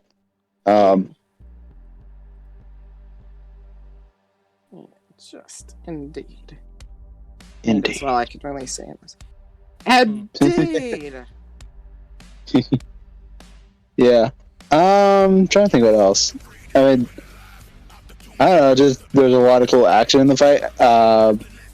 Yeah. Also, just I mean, without getting into that, it kind of feels a little brutal, just throughout the entire thing. Because Apocalypse is here to just absolutely ruin Kondak. Yeah. And Black Adam is like, yeah, no, I ain't letting you do that. And then Apocalypse is just, yeah, no, I'm doing it anyways. What are you going to do? Ew, give me more energy? Yeah. Yeah, it's apparently. Yeah, apparently. I do like how they worked in the Yellow Lantern ring. Yeah. Like, I've seen some people complain that, oh, he only does it for the electric type gear, but that's all he does with it in the comics. That's all he does with it. Yeah, that's the thing. He did with So. it. Like, the reason they included it was because, like, you know, he still technically should have it. Like, he only uses it once. Also, by the way, I finished up. They are tied. Oh wow, really? Yeah. Huh. Wow. Dang. All right. Apocalypse tied it. Wow. Hey, no, good job. Good job, Marvel, for tying it up. The niche Marvel character tied the competition. Wow. This is the reality we live in. Also, can we speak speak on how Dwayne The Rock Johnson has a horrible track record with Death Battle so far? Yeah. What's even Freaking funnier? What's yeah. even funnier? Both of his characters this year were researched by Tiki. And Tiki has said that, and he has said that The Rock is like one of his favorite wrestlers ever. So it's kind of funny to there me we go. There we go. that he researched both characters and they end up dying. So if we get Disney Hercules versus Disney Maui, we agree Maui is gonna take a massive L just because it's Dwayne The Rock Johnson in Death Battle, right? Probably. True. Oh my gosh. Also, I'm pretty fearless anyway, but that's I'd argue he probably takes the L anyway, but yeah, just it's funny. But yeah. Just keep the thing going. My gosh. So yeah. Yeah, like the entire fight is just like Apocalypse. Like, so I've seen some people argue that Apocalypse just kind of like no sells through most of it, and I'm like, I feel like that was kind of the point. Well, he took more stuff early on, and he managed to counter and absorb it for himself, which is what I noticed. He was having a harder time with Black Adam earlier on. Once he was able to absorb his stuff, then he started to get the advantage. But I mean, Black Adam killed him twice, despite that. Yeah. It's just that death seed. He didn't reach him. Yeah. It's like, I mean, like, you see the preview, and you're like, okay, so Apocalypse is invading, Black Adam is defending his home. By all accounts, from a writing perspective, doesn't that kind of mean that Black Adam's going to win this? But then you watch the rest of the fight, and you're like, not Black today. Adam's having, like, a lot of trouble here. Apologies. Discord just had a moment. Understandable. But yeah. And then he ends up losing, which is a perfect segue into that death. Oh my gosh! Also, why? What? How is it so brutal? Did you guys notice, like, when an Apocalypse lifted Black Adam up, it was intentionally drawn to look like The Rock's eyebrow raising. I saw that. That's funny. Gosh. Well, moving on from that. Very cool death battle. Very cool. But no, why was it so brutal? Well, because the villain a actually acted like the villain. That's fair, but also both of them are very brutal characters. So. Yep. Valid, but still. It's funny. What the heck? It's funny because Chad has warned us. Chad warned us on cast that the ending is very brutal. It was I'm like, well, I've heard. I mean, on one hand, I was like, well, I've heard that before. I mean, they were right, but still. But it always comes from. It always comes from fights where I'm like, well, yeah, I would expect nothing less. Like they said it for Saber Wolf versus John. I'm like, well, both of them are werewolves. I feel like it would be a disservice to not have it be brutal. Yeah. Yeah. And then of course Omnilander. I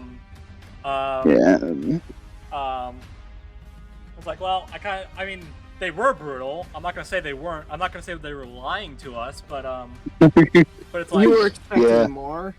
Well, no, it's not that I was expecting more. It's just that I expected what ended up happening. It's like, it's like, yeah, you didn't have to tell us it was brutal. I kind of would have figured that. With this one, it was like, wow, the warning was not unwarranted. And also, I mean, I guess the other factor is that no one was expecting Black Adam to be on the receiving end of it. That's true. So, well. But no, this man just gets like literally the first thing, like he gets stomped in the head, and Apocalypse lifts his foot up, and you just see his you see his caved-in skull. I'm like, oh gosh. But they just keep going and going and going and going. Oh my good lord! And Black Adam is still alive through all of that. Yeah. It's funny.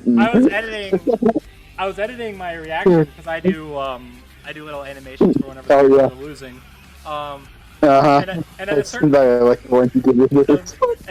a certain point when I love how this one turned out, but at a certain point when I was doing it, I was like, how many more does he do? Like, good grief, I'm doing so much. And then he electrocutes him with his own lightning, which actually to make matters even worse, that was reverting back into Death Adam. Exactly. Like, geez. Yeah. Yikes. But I think the It's icing overkill.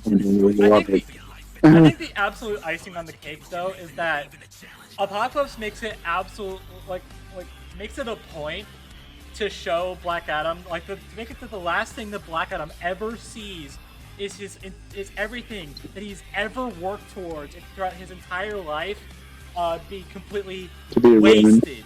And that's that's the last thing that Black Adam ever sees and thinks about before getting murdered.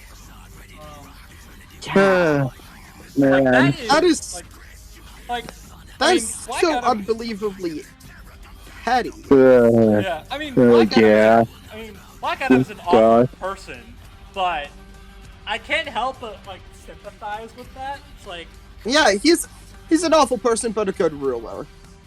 Yeah. Like the guy genuinely does care for the people of Kondak. Yeah. Like, have you guys heard about how he heard, or that one girl was sad that Santa Claus never visits Kondak? Yes. So he went to the North Pole, stormed in as things as he could, went to Santa, said, and straight up told him, I don't care how much coal you give me. Here is Kondak. You go here. He literally took out he literally pulled up a map, put it in Santa's face, and pointed to where Kondak is. That's so funny. Friendly reminder, this version of Santa has the cojones to stand up face to face with Darkseid. I give him a call every year. Yeah. You know what? You love to see it. You know, breaks Black Adam. He didn't ruin a girl's Christmas. You love to see it. Yeah. My gosh. Oh my god. I just love. Just a bit of a side note. I just love the interaction he has with that little girl. It kind of reminded me of Knuckles in the Sonic movie. It's like the man is so goofy and silly because he takes everything completely literally.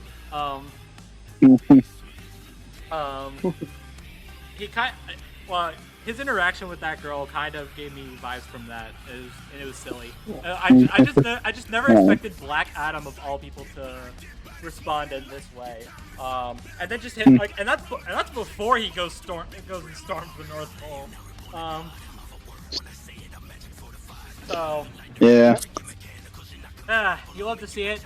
Too bad for him and his entire people, because without him, Kondak is getting absolutely wrecked.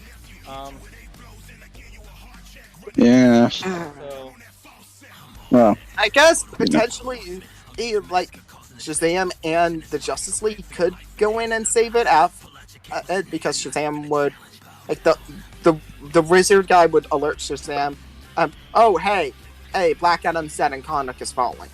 And he'd probably bring in the Justice League to try and help however he could, because Billy'd be a good person. I guess that's true. But yeah, for all intents and purposes, as far as we know, Kondak is squared. Yeah. Yeah. Gosh. And even if the Justice League and company are it's just going to be in a state of ruin with thousands dead. I mean, there's already a kaiju fist size hole in the ground, so. Yeah. On that note, actually, well, first off, big shout out to whoever was animating the backgrounds because there was a bunch of buildings falling. Like that's good attention to Yeah. detail. But also, if you listen very closely, you can actually hear like civilians screaming. In Oh no! like, oh gosh! It's like, oh no! So sad. Gosh, man. No, that makes me so. No, it makes me sad. It's like I never thought I would feel bad for the people ruled by a tyrannical dictator, but I guess they did nothing wrong. Yeah, I was gonna say. Gosh.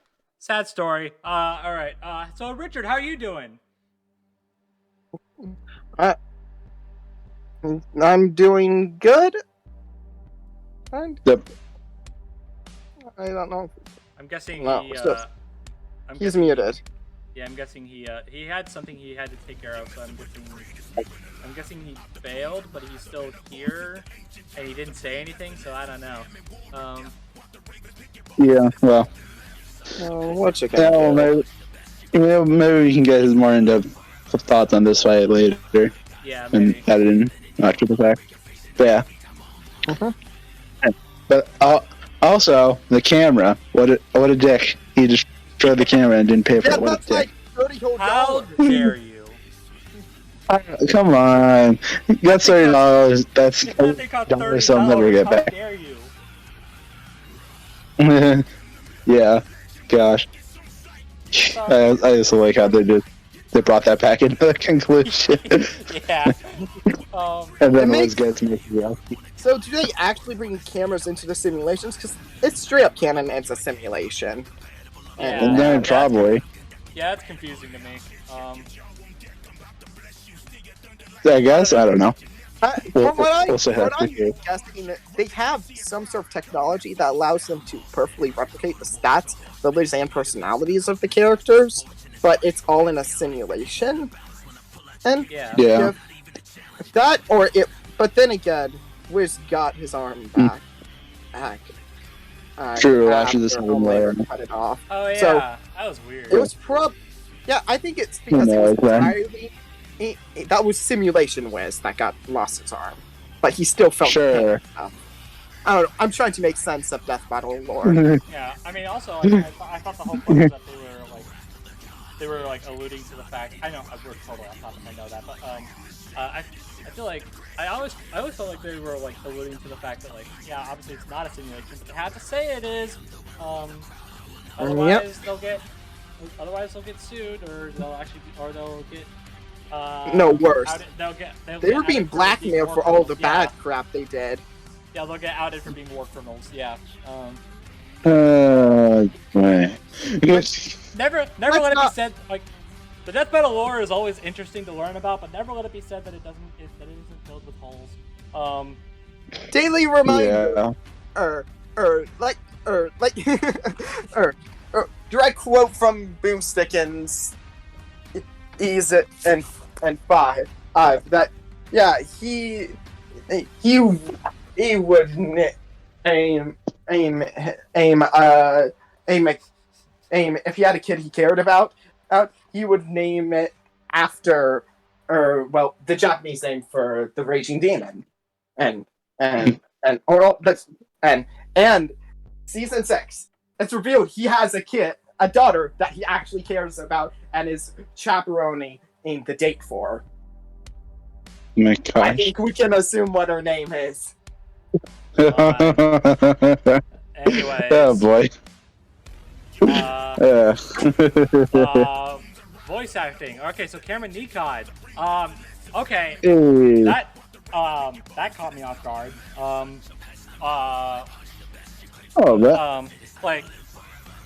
Give me a list of people. I mean, I do have a list of people, but I don't know Death Battle voice actors other than Mal. I'm sorry. Well, Cameron Nikon was the voice of Black Adam. Sephiroth and Mario. Yeah, Sephiroth, Mario, and Boba Fett. And also a few people in Death Race. Yeah, quite a few people in Death Race. I have a video about it, so go watch that. Yeah. Shameless plug. Yeah. yeah, I mean, like, Yeah, I like I it. don't think I I think like he his was like the form. last person I would have expected to be the voice of Black Adam, but here we are. But I mean, he was good. He did a great Yeah. job. Yeah, I'm not gonna say he wasn't Yeah, good. he did a really good job. He definitely was. But can we agree Apocalypse's VA stole the show? Even if he is Okay. hard to understand due to the filters.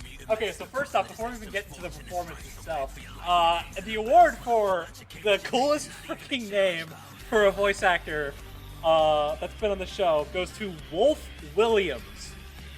His name Yeah, is that's Wolf raw. Williams. How do you Awesome. That compete is with that? raw. Really awesome. And he has an awesome performance to match. I absolutely loved his performance as Apocalypse.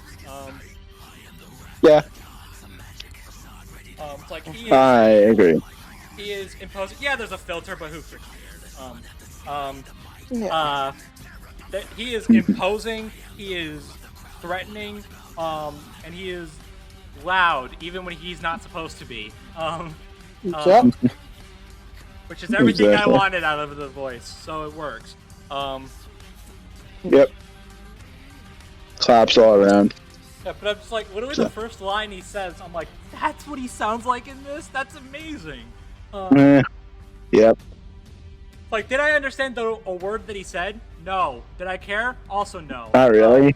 It's like, I didn't understand him, but I still loved the way he sounded. It's like, and upon quite a few rewatches, I got the gist of it.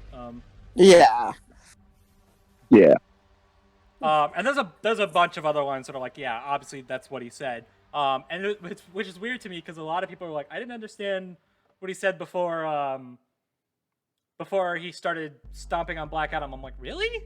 It's like that's a line you didn't understand. All the filters do make it kind of tricky. I mean, I guess, Yeah, but I a feel little like bit, but I feel like a lot of it was clear. Yeah. Yeah. A lot of the ones that I felt were like, yeah, that's obviously what he said. People were like, I didn't understand it. I'm like, okay. It's like I completely understand not understanding what he said at the beginning. I got that because it took me a few rewatches. But most of the rest of his dialogue, I was like, yeah, I understood it just fine. So I think another problem because we heard Zahudi in Black Adam's mind when he punched a hole through Apocalypse. I guess some people registered like maybe that was that was Apocalypse. I'm like, oh, I mean, I guess I can understand that. Like that kind of threw people off, but that wasn't even Apocalypse, so it doesn't matter.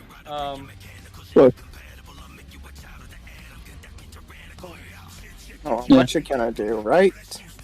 Exactly. So, but no, both of them did a very good job. Yeah, So, I Yep. really want to see Wolf Williams on again. Yes, Like I could just get this vibe that he's like actually this really versatile voice actor. So like even though this is the only role I've ever heard him in, I feel like this is the kind of guy that like you hear the rest of his roles and you're like, that's the same guy. Yeah, probably. So can we just speak outright that Omega Sparks is on a win streak right now with the characters he raps for? Oh yeah. Yeah. Although TJ Combo, I mean, that's- Thanos Darkseid was both of them, but the lyrics leaned a bit more or towards Darkseid in my opinion. And he was rapping for Static and he was rapping for Apocalypse. Yeah, which There you go. That's a good segue into talking about the soundtrack. Yep, Fallen Gods is pretty good. Yeah, because Yep. we didn't talk about it last time. We're gonna talk about it this time. Yeah, bad spoilers for spoiling people. Right there. Not kidding. You know, I would have found it even funnier if Black Adam Apocalypse wasn't the next time, but it was like a bit later on. Oh man, Gonna yeah, say, imagine yeah. that. That would have been way funny. But Dude, it was funny. what? Dude. Imagine if the leak was for a completely different episode. Oh boy. Gosh. Gosh. Oh, actually, man, dude. What if it was for one of the ones we don't know about? Exactly. Oh, That would have been so funny. Dude, Oh dear. I would have loved to play the guessing game on that. It's like, I have a feeling that with what most people are predicting, I have a feeling it would have been kind of obvious to guess. well, Maybe. I mean, like, imagine, like, because like we like Mhm. we got Black Adam, we got Trunks next episode, we're getting Sauron some point in the future. But I mean, imagine if we get a soundtrack leak that's for none of those. Yeah, I know, but it would have been Completely new. yes. Like, God.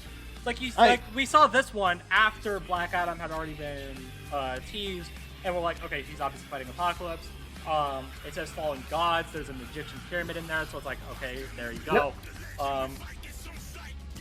It's like you don't even have to listen to the soundtrack. You know that it's Apocalypse. Yeah. I still think that Fallen Gods should have been called Apocalypse of Adam, because actual Egyptian mythology reference that ties in both their names. Well. Oh well. Yeah. Yeah. Exactly. And as for the track, yeah, it's vibes. Yeah, it's pretty good. I've actually listened to it like a lot.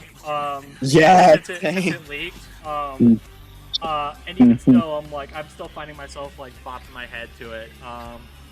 And only just now do I actually understand what the heck they're even saying. So, thank you, Brandon, for posting the lyrics in the official DB server. Yep. And I guess I'll see you posted in his own server, but I pity the poor souls that actually hang out in that server. Oh boy. Yeah, it's bad. Oh boy. Yeah, but no. I mean, sounds pretty good. So, like I said, it's definitely not the genre I expected. For this. No, I definitely didn't expect matchup. that. But I mean, I I guess hearing it alongside the fight, I kind of get it. Yeah, it works really well alongside the fight. Yeah, I get that. So. So yeah. Also, I mean, I'm not gonna say no to more vocal tracks. Like, Yeah. True. rap or otherwise. Like, Valid. I'm not gonna say no. Stuff. Like, if they want to do it, then do it. I mean, they did it for they do it for a bunch of matchups you don't expect. Like, they did it for Gray versus Esdeath, and I'm like, I mean, I wouldn't have. It's like, and that's still one of my favorite the tracks track they've does ever not done, fit so. with that. The track doesn't fit with the match at all, but the track is phenomenal. Yeah. Yeah. It's like, man, I would not have expected that, but it's still one of my favorite tracks they've ever done. So it's like, Fair. So it's like, if they want to do it, then do it. Like, please, I'll listen to it. I'll listen to it nonstop. Yeah. Except for that one. Yeah, fair enough. Except for that one commission track that Brandon did, and we're gonna stop the discussion right there because I think you know what I'm talking about. Yeah. Whoops. That one is, no offense, Brand, but that's very much a cis white person and trying to rap and not doing it very well. Oh boy. I'm so sorry, Brandon. Oh my God. That's not what I was expecting to hear, but all right.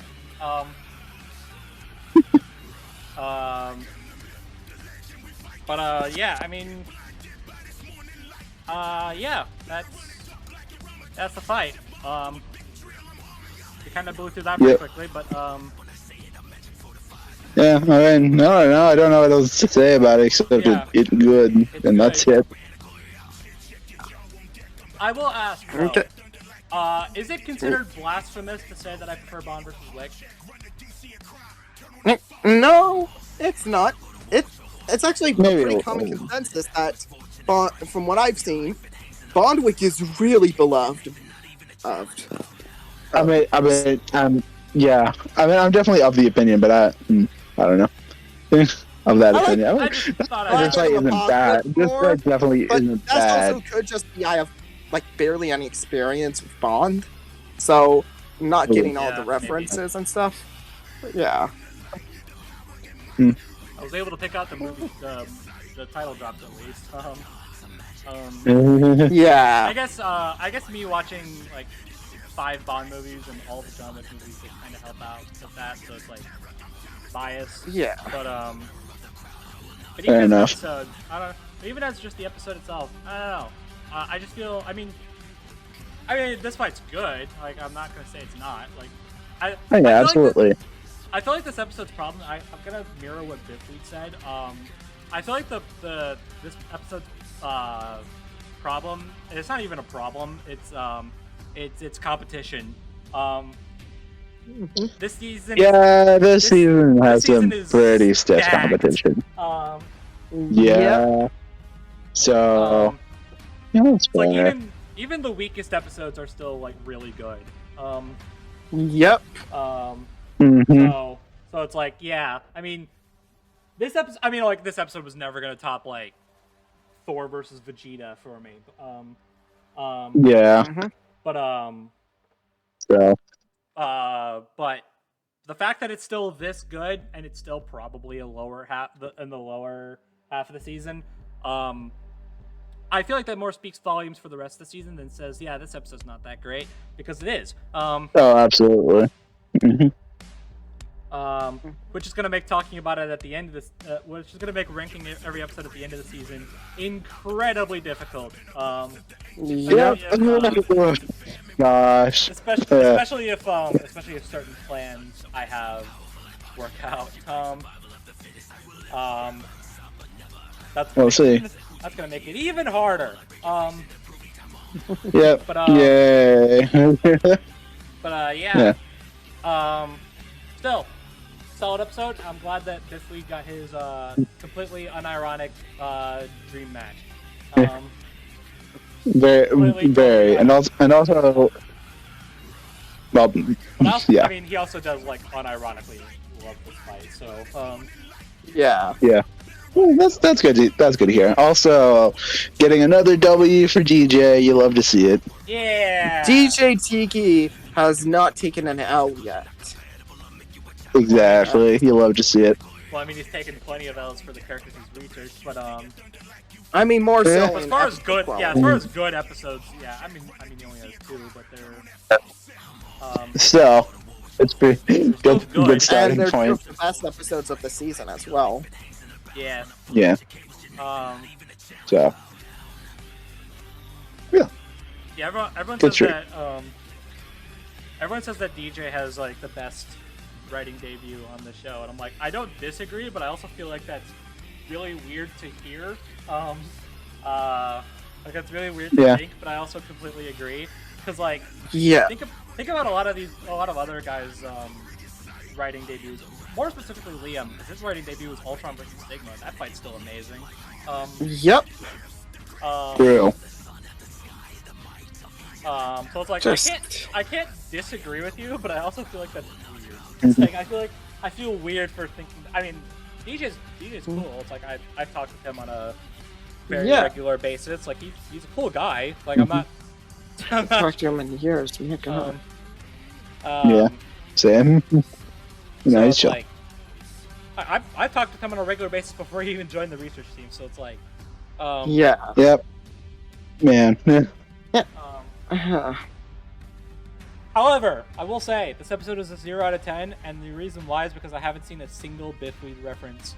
That's true, just we all didn't the get Biffweed. references are in the lyrics of Fallen Gods. Odds of how they treated the matches.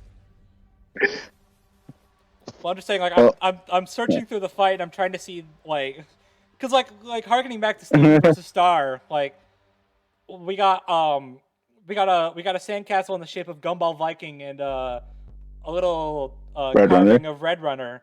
But I'm trying to look like maybe we could find like the SUV in The car. in Bitweed's Oh my gosh. profile, just driving around, probably getting destroyed. And I'm just like, where are you? Where are you? I can't find you. You're not in the episode 0 out of 10.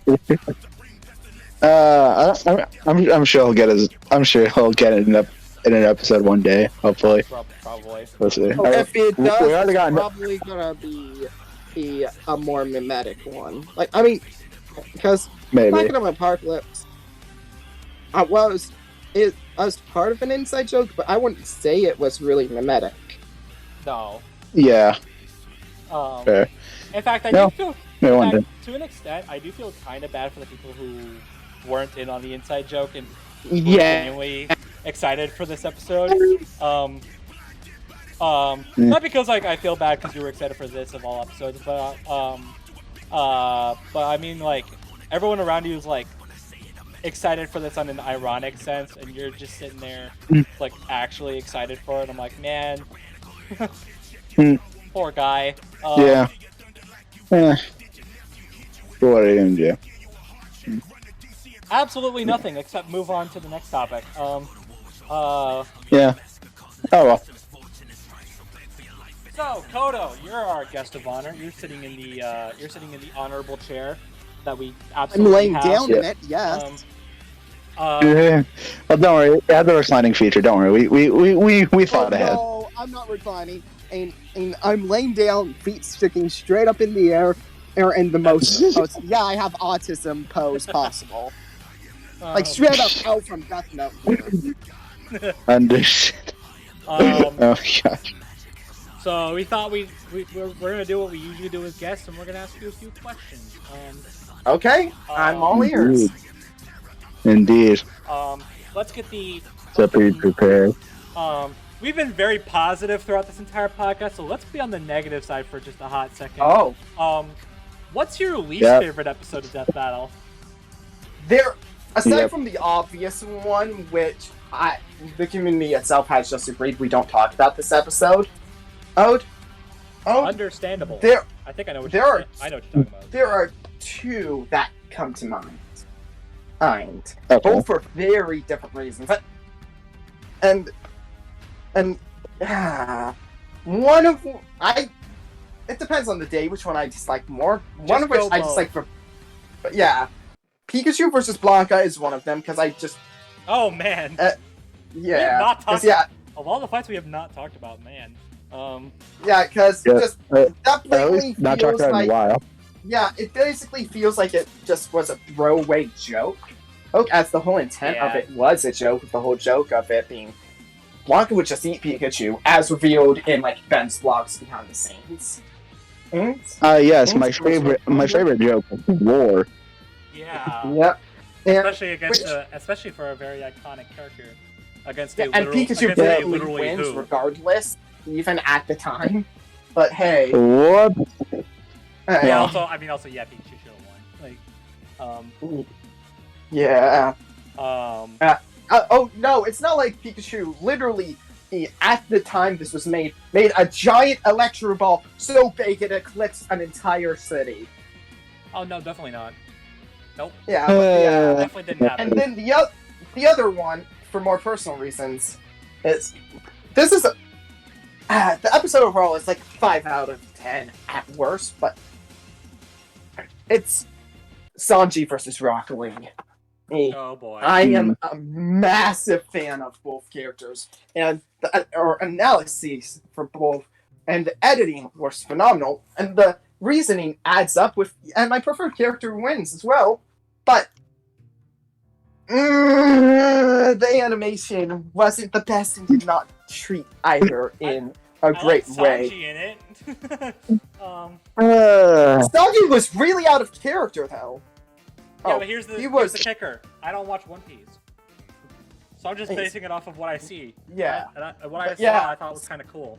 Sanji was... Or Yeah, he has signs of aggression, but he's not...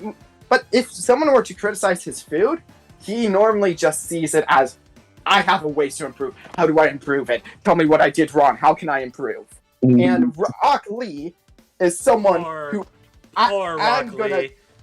say on quote, I find it impossible to dislike any food. Food, no matter how awful it is.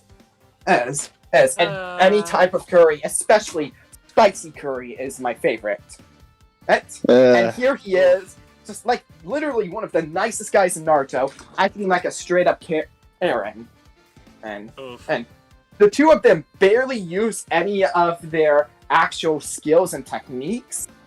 The animation has some weird chinky moments to it.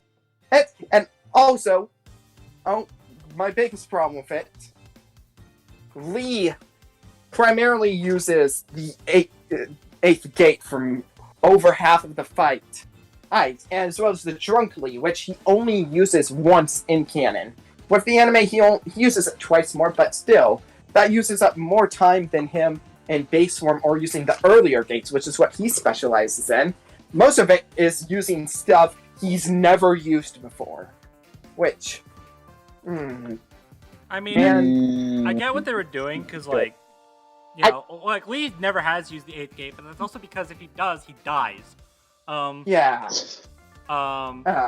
And it's also like, I mean, he lost that. He lost even with it, so like, I guess there was no reason. I get why they did it, but it's just, I wish they saved that for the finale rather than just having him use that most of the fight. Yeah. I guess I can see that. That's fair. But also, also, why does Lee sound? I don't know how I can say this without. I get really why they picked the voice actor they did, but it's. Ed. I mean, okay, you know what? Risk Restar said it best. He sounds very black. That's because his voice actor is. I know that. I mean, Risk didn't know that, but I knew that. But I'm like, yeah. I'm listening to it and I'm like, that. No. Yeah. It's like the actual performance is fine. In fact, there's a lot of energy to it, which I appreciate. Yeah, there is. The performances both are pretty good, except for the whole. I mean, on the flip side, like I feel like no one talks about Yang Ye's as Sanji. Yeah, but the only thing I don't like of the performance is him. So you can't finish your food, so I'm making you cough out what you've already eaten. That just sounded really weirdly performed. It sounded like a Kyle Hebert character. Which honestly, I think it would have been cooler if he just mentioned instead of saying that he quoted it a direct quote, which leads into the looks like Miles served you better. My dish was too spicy for you, which is a direct quote to this whole tangent where he directly says, "Ed, God created food, but the devil created spices as ISIS as he does his before commenting after finishing that person off. Looks like Miles suited you better, or I was too spicy for you," which that was supposed to be a direct reference to, but just they should have just went with that rather than that weird delivery, if that makes sense. Yeah. I find the line kind of weird. Yeah. I don't know. I mean, I'm not terribly connected to either character, but I thought the episode was fine. Like, I can watch it without feeling like the 7 stages of depression. Like like for someone like me who doesn't watch One Piece, doesn't watch Naruto, probably never will. It's relatively harmless to me. I can point out that I think Lee's voice actor sounds nothing like Lee. But aside from that, it's like everybody's out of character at the beginning. Well, that too, yeah. But I mean, aside from that, I'm like, I don't know. I can watch it and chill. Like it's relatively it's a relatively harmless episode. It's like everyone treats it like this. Like someone even said it's like the special kind of bad. I'm like, wow, okay. I wouldn't go that far, but I understand why people are saying it. Like, it's objectively not that bad of an episode, but it's just those those who are fans of one or both characters really don't like the episode. Sure, and I get that. Yeah. I get that, and I sympathize with that. But Mm-hmm. but you know, I mean, I guess it also doesn't. The episode also doesn't really like make me feel any different about the characters, which I kind of would have wanted. I highly recommend reading the mangas for both just because. Oh, I probably won't. There's way too much for me. Oh, you can actually get through One Piece alone, which is the longer, which is really fast. Reading about 100 chapters of manga a day should take about like 3 to 4 hours, maybe, if you're being consistent with it. Especially something that doesn't have much dialogue, like one. Just assume you read 50 chapters a day. That should be about 2 weeks. Great. Thanks, not enough. And you're only putting in like 2 hours into each reading session. So yeah, it can take that long if you were motivated or dedicated. Yeah. I don't know. I read a lot of manga, especially Shonen Jump properties. So I guess I'm just built different. I guess. Yeah. Maybe. I will say, regardless of how you feel about the episode, the soundtrack is a bop. Yes, full course will is the best part about it, in my opinion. Yeah. Also, I love the quote they chose for Just the Flip. I would have chosen the same thing. Yeah, that was good. Yep. All right. Well, we've had enough negativity. What's your favorite episode? I'm back. Oh, hi. Welcome back. Hey. Hi. You missed me going on a large rant about Sanji Rock Lee. Oh, I heard everything. Oh, I heard everything. Oh, you did? Yeah. Awesome. Yeah. Favorite episode? I wonder what kind of episodes I like just based off of the whole conversation with me really Shonen and manga and properties specifically by Shonen Jump. It's Sasuke versus EA. I'm aware it's not the best episode, but it's different for me. It could just be because I'm incredibly biased towards EA. I really think Naruto has been a franchise that's stuck with me for a very long time. About the same time as Dragon Ball. And yeah. Oh. Mm-hmm. That episode will always live on as the most surprising outcome in Death Battle history. I was really betting EA all the way. I was betting it all the way. Hey, especially when I found out that a certain person we don't talk about anymore was heading the research. Yeah, I mean, I probably should have expected that after knowing that, but you know, it's fine. Do we not talk about this guy anymore? Can we talk about it after this podcast? Sure. It's a really sensitive topic. Sure. Yeah, but I got everything I wanted out of the episode and more. And it's also the best representation of Sasuke and his abilities in versus animation at the moment. Which is saying a lot because of how often he's used. Yeah.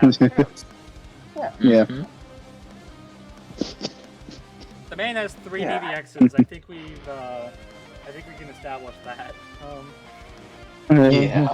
I mean, none of them are good, but they. Hero Sasuke's really good. Yeah, I was gonna say I actually do like him, Sasuke. Yeah. Just be seeing that as a fan of both franchises. Yeah, that's probably it. I don't know. I mean, I'm not a fan. I still like it. To be honest. So, I don't know. I mean, the Sasuke Ichigo one was ruined by the ending. Like, I mean, yeah. that's because the fight literally never happened. Yeah. Yeah, that's I Yeah. know. That's yeah, like bad. yeah. Like, man, even if that episode was Yeah. like top tier quality, I still would have said it was a bad episode because of that ending. Yeah, I get Freaking what they hate were it. trying to go for with the Sharingan illusion or Izanami. Probably Izanami, given how Izanami works. But just, yeah, it's weird. Yeah, and Yeah, just it is. Sasuke immediately looks at this guy in his hometown and just decides, I'm gonna trap him in an illusion where he's gonna be fighting me endlessly over and over and over in his head and just kill him. Very cool. Very cool. Very. Yeah. I will say the only thing I'm not crazy on for this episode is Sasuke's voice. The performance. I thought it was alright. The performance the itself first was few lines fine, were weird, but it's everything just else like was good. I don't know. I mean, where I are guess, you going? I guess the problem is Yeah. that I guess the problem is that I mean the guy officially is voiced by Yuri Lowenthal. It's like Yeah. you're not beating that. Yeah. Yeah, you're not. So that's her. And I have nothing against the guy they picked. Like, he's a good voice actor, but I Yeah, don't but know if just Sasuke comparing is, that, a bit tricky. yeah. No match. Although Yeah, there you Hiei, Howard Wang was phenomenal as Hiei. Yes! Oh, Yeah, he was good. That was very Man. close to Chuck's performance. Yeah, it was Yeah, so close to Chuck Huber. Yeah. Legitimately, like the first time I saw like the preview, I thought that was Chuck himself. Yeah. Admittedly, though, like I saw the tweet that announced the voice actors, and that it said Howard Wang is Hiei. I'm like, oh, I should have seen that coming, because he voices for you Ruby fans. He voices Whitley, and he sounds a lot like like a young Chuck Huber. I'm like, Voices oh, him. Yeah. gosh, I should have seen that coming. And then hearing it, I'm like, yep. Stop. That makes sense. So. No wonder it made me want to punch Hiei in the face. Affectionate. There you go. Hey, he's getting better. Yeah. I mean, his Hey, dad's arrested after all. Yeah. Yeah. But I don't know. The more I think about the more I think about Sasuke Hiei in an episode, the more I just like it. Like when I first saw it, like way back in the day. Well, I say that like it's been. Actually, no, it's been about 3 years. So Yeah. It's like a season God. 4 episode. Yeah, but no, the more I watch it, the more I just really like it, and I don't know if I can explain why. Yeah. It's just Yeah, just that's good. kind of how I am too. It's like It's just really I initially darn roped good. it. I initially roped that and Mob vs. Tatsumaki in kind of a similar boat. It's like, yeah, the episode's fine, but like I really don't care about the characters, so I kind of don't care what's going on. But the more I watch, That's fair. But the more I watch this fight, I'm like, you know, I actually am kind of into it. Yeah, I definitely agree. I It wish was I could good. say I liked it. I wish I could say the And same that's thing not about the even fight, but oh well. speaking for Dangerous Gaze. Oh my god. Oh yeah, Dangerous Gaze is Dangerous so Gaze was good. awesome. Even Mwah. if it did, Chicken. Let's open even if up it is this- made horribly redundant by Hollow Dreams, but still. To be fair, It doesn't matter. That's It's so good. that's not because it was Dangerous Gaze itself used in it. I mean, The original that's sound true, but bit still. is like a limo fit used in one of the Naruto Storm games that aligns with the Uchiha family, which is why it shows up in almost every Uchiha track that Yates does. And I hope that trend continues. When is Itachi getting in Death Battle? Please. I don't even care about Yes. that, but please. Please, Yes, please. please, Do Itachi's it. the best Naruto character. Give me Itachi already. Yeah. And please make it Undertaker because the choreography for that match is not as funny as the match is. Yes, my gosh. Also props for getting Toxic X Eternity, baby, for that track. You'll love to see it. Indeed. Hell yeah. Awesome. I don't know. Overall, really good episode. Man. Yeah, Yeah. it's one of the good Really good, ones man. of season 6. Yeah, there's a lot of Absolutely. I mean, them. How many elves Yeah, does season 6 have? Honest question. one, maybe. Probably, one, maybe. I mean, season 6 has Green Lantern versus Ben, All Might versus Might Guy, Dragonzord. Yeah, Dragonzord versus Mechagodzilla, Tatsumaki versus Mob. Okay, it has a mob element. Mob, yes, Yeah. Mob. Thank you, Mob Mob. Love. Almost said Yeah, Rob. that's an L. That's an L. That's the only L the season has. Yeah. There's My another. God. There's another, and there's possibly one more depending on your sense of humor. Yeah, you know Fair. you know what I'm talking Deadpool about. mask, right? Yeah. Which was the L? Is it Widow? Because if so, No, it's Marvel. disagree Marvel. I Yeah. keep forgetting that happened. Yeah. It's not that it's bad. Just wait, It's that forgettable. happened. Yeah. Oh, yeah. It's still better than Marvel 18. True. For And real. Marvelous is based though. Yeah. Huh. What are you gonna do? Season. There's so many episodes from season 6 I like. Like Ganon, Draken, Yeah. Might, Weiss, Mitsuru. Even if one of my favorite characters of all I time don't- lost. I don't But still. like Voice. Man, the more I watch Season Voice, 6 the is- more I don't like it. The more it's the opposite for me. The more I watch it, the more I like it. But this could also be because I'm a massive fan of Persona. Even if they like Oh, Weiss, even though Mitsuru's space is. Hey. Yeah. Only So thing I anyways- do like is how the death I was do. changed midway into development. And yeah. Mm. Well, anyways, moving on before we really dive into that episode because I really don't want to. Yeah. So what's your most wanted episode? What's the one you want to see the most? There's two Oh, that boy. come to mind. And I can go Alright, on well for then. hours, but I love these both for two different reasons. The first of which being, if you know anything about me, well, I Mhm. kind of simp for one character so hard and push a match so heavily that I basically turned an irrelevant match that it wasn't one I came up with, but a match that wasn't talked about, really irrelevant, and made it one of the most popular requests for both franchises. Is and just one of the most trendy requests at the moment, and so much that when I was dealing with some really rough times, Sky Oh, Tiger, yeah. the absolute goat, literally made a score for that match just because Sky's the absolute goat. True. That being Chie Satonaka from Persona 4 versus Mako Mankancho from Kill la Kill. Yeah. Oh. Man. It's a good match, but why? Because Chie is epic and absolutely base, and is the character that literally saved my life so many times, and I mean this literally. Well, yeah. But, yeah, whatever. It's, I still like it. Sorry, Mako, you're going to space. Yeah. Oh, well. Yeah. No, match. Poor Hope Poor you Kill la enjoy Kill, your time in orbit with cars. Man. Poor Kill la Kill's not racking up any W's anytime soon. Like Yeah, but- Sasuke, it might. Well, Maybe. That depends. I mean, Ragyo and Mako are not winning their matches. Right? No. Yeah. No. Although yeah. granted, screw Okay, Ragyo, so... Yeah, but okay, let's not get too off. Koto, Yeah, explain why you anyways, like Shane or something.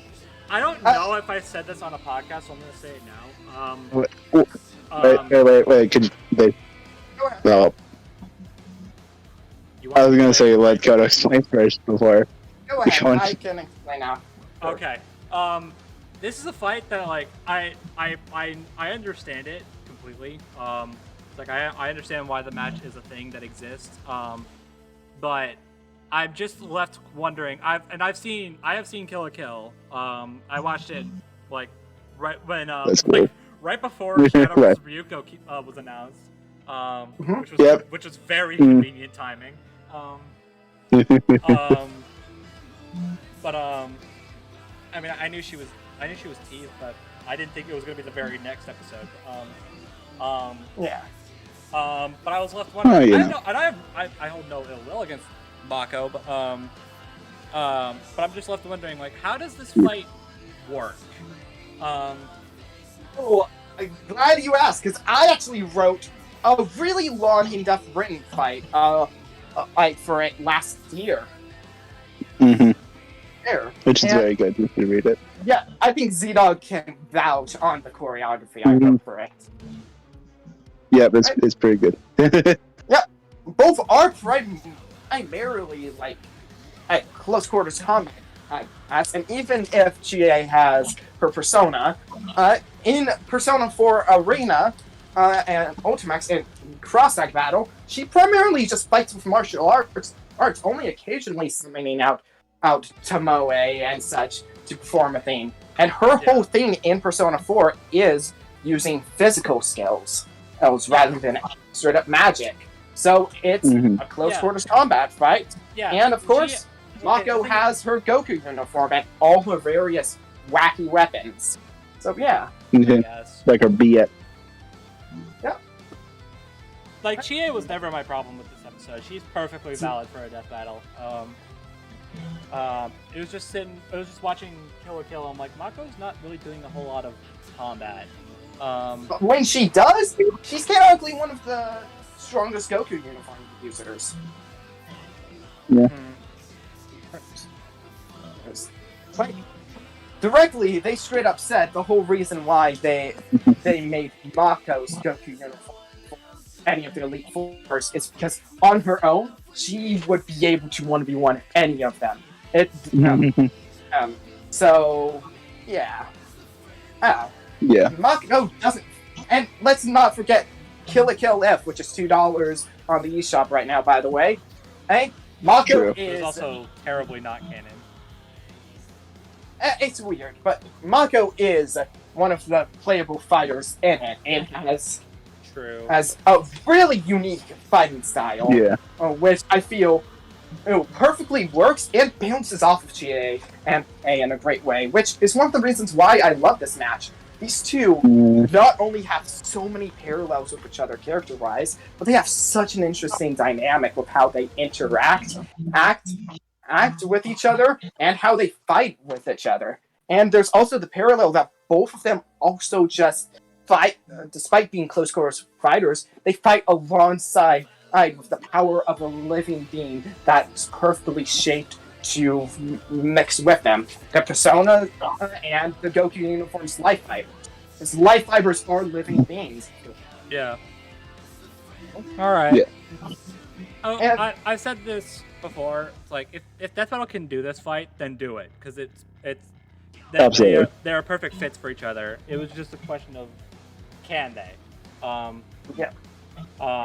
definitely think they can. Yeah, they've done much weirder before. Like, look at the Goomba Koopa DBX. True. True. Yeah. Okay. And so, yeah. And I mean the commission track is great. So. Stars of the Dragon is better than Hallelujah no Akame Donato. Sorry, guys. Well, I haven't listened to the other one, so. Yeah.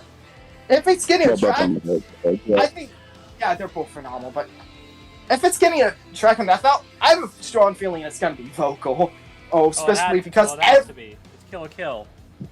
It's Kill a Kill, and it's Persona. Yeah. We say that Vice vs. Mitsu didn't get one, but, again, we're not going to talk about that episode.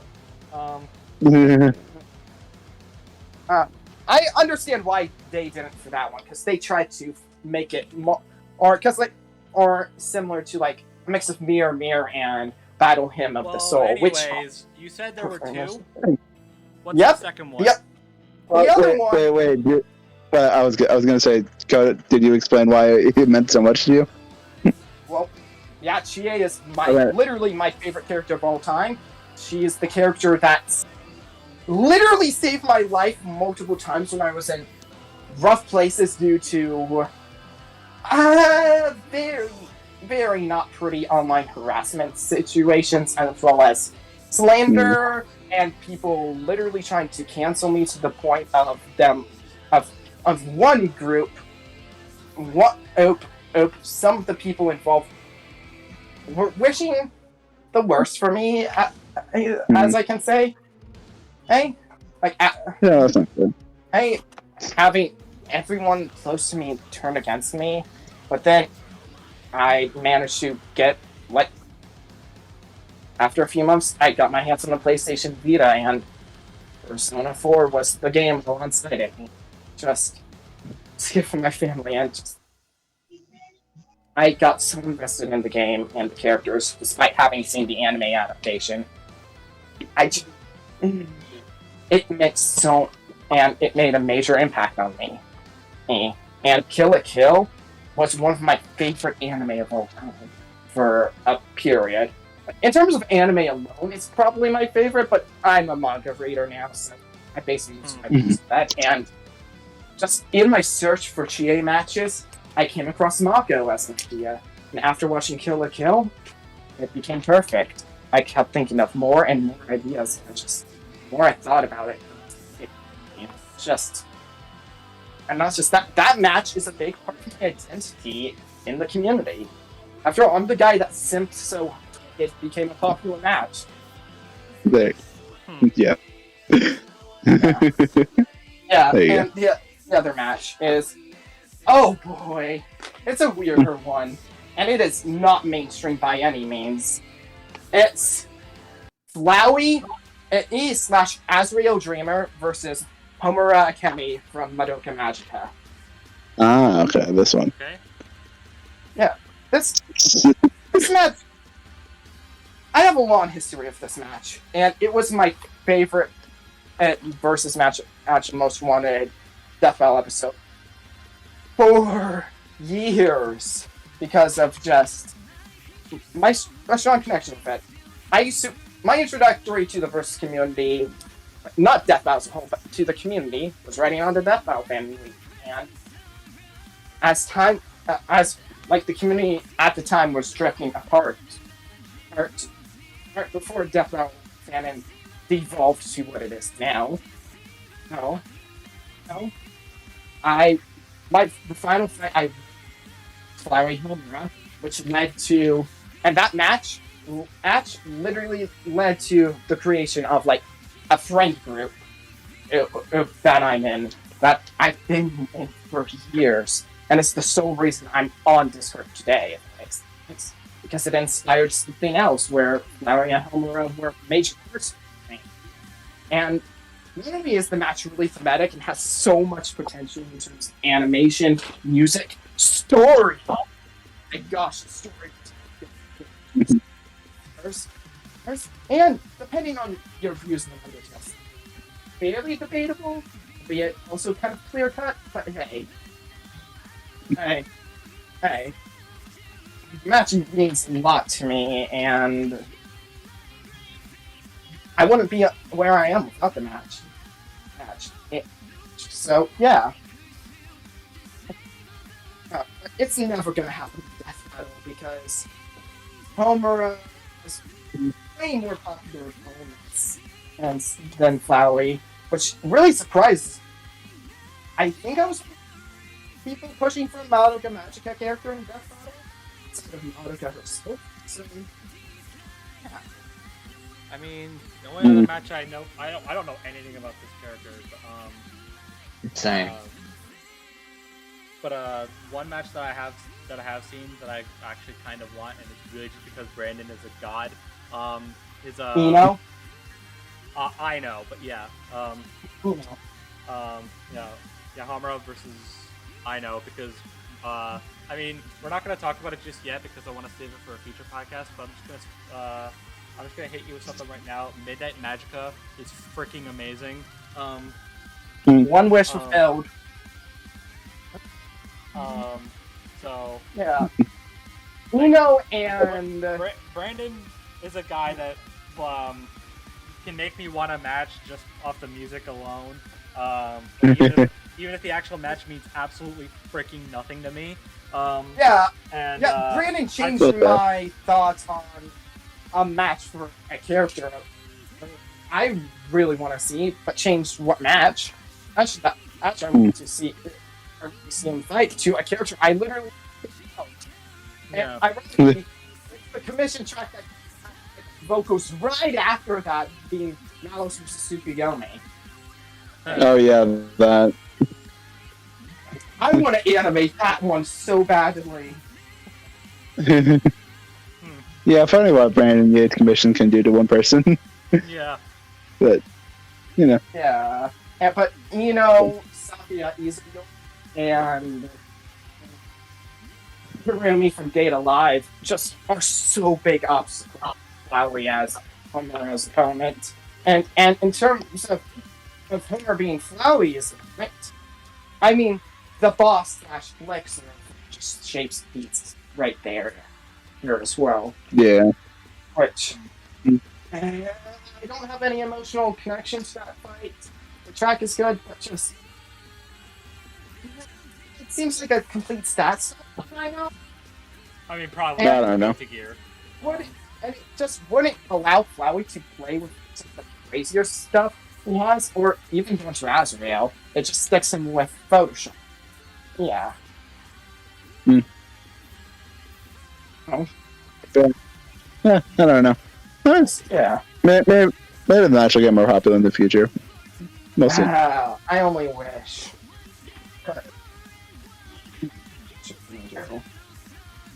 I mean, Yeah. me and Storm's fight, which I saw requested like once in the community, is starting to pick up more and more as the years go by. So, it's something. Oh yeah.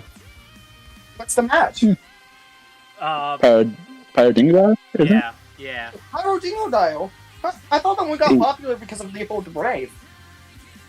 I mean, it that probably didn't help hurt it. It probably helped. It probably didn't hurt a it. lot, but Its popularity. So. I've before me and Storm were like, yeah, that's a cool fight. I've seen it requested maybe like once. Yeah. I've seen it request like 3 times, but hey, what you gonna do, right?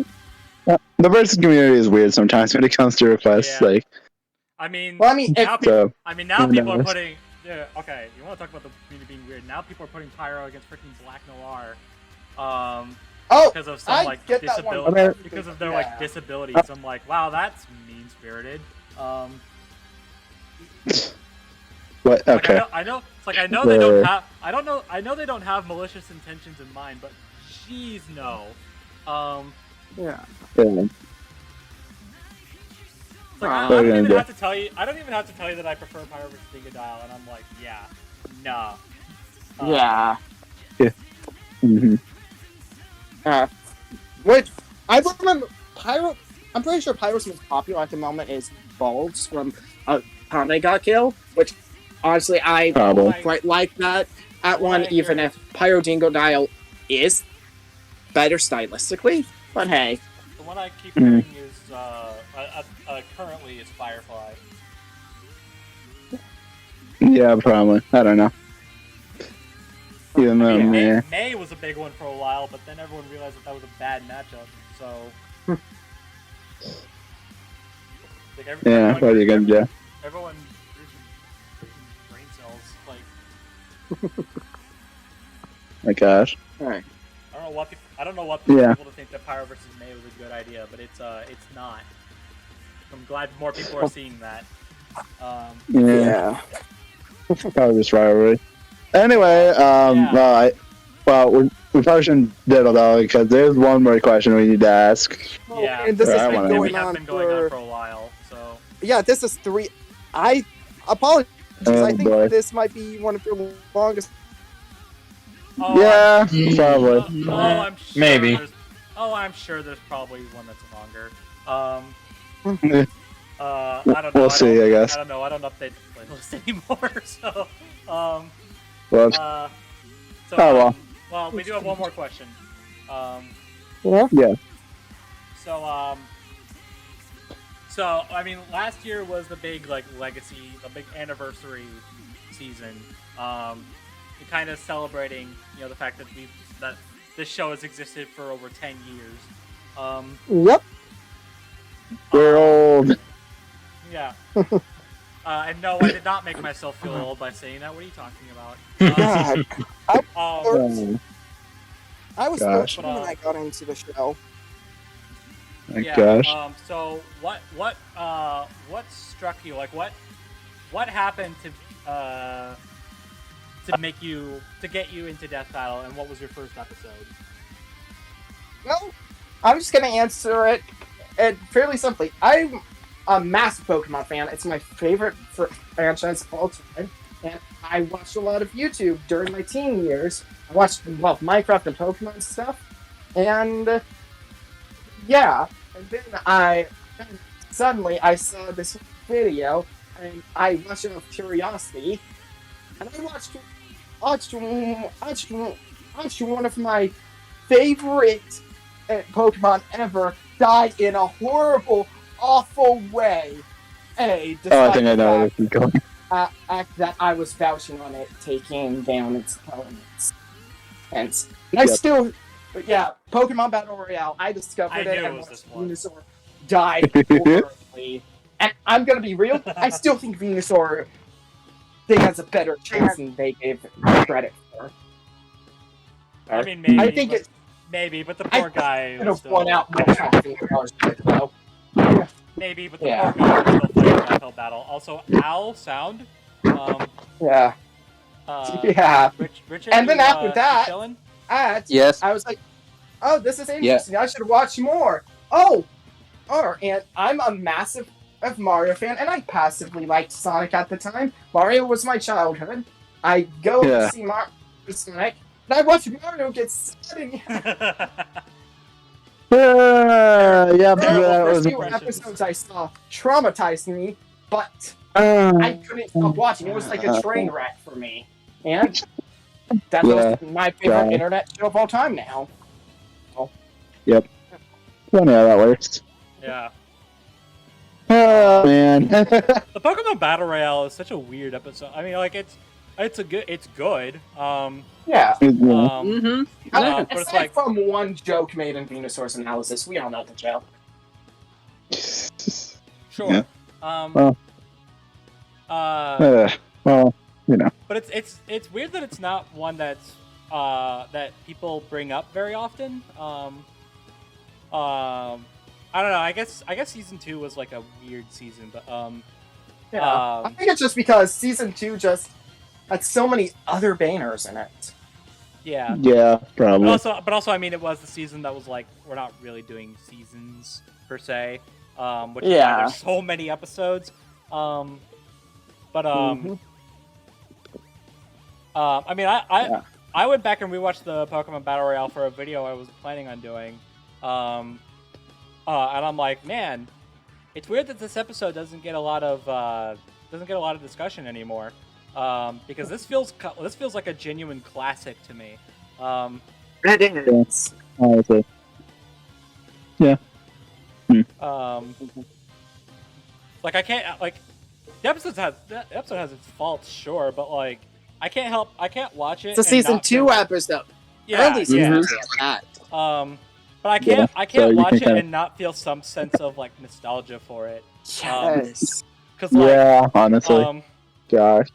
Because man, at the time, like when it was first announced, like I mean, okay, the way it was announced was freaking weird.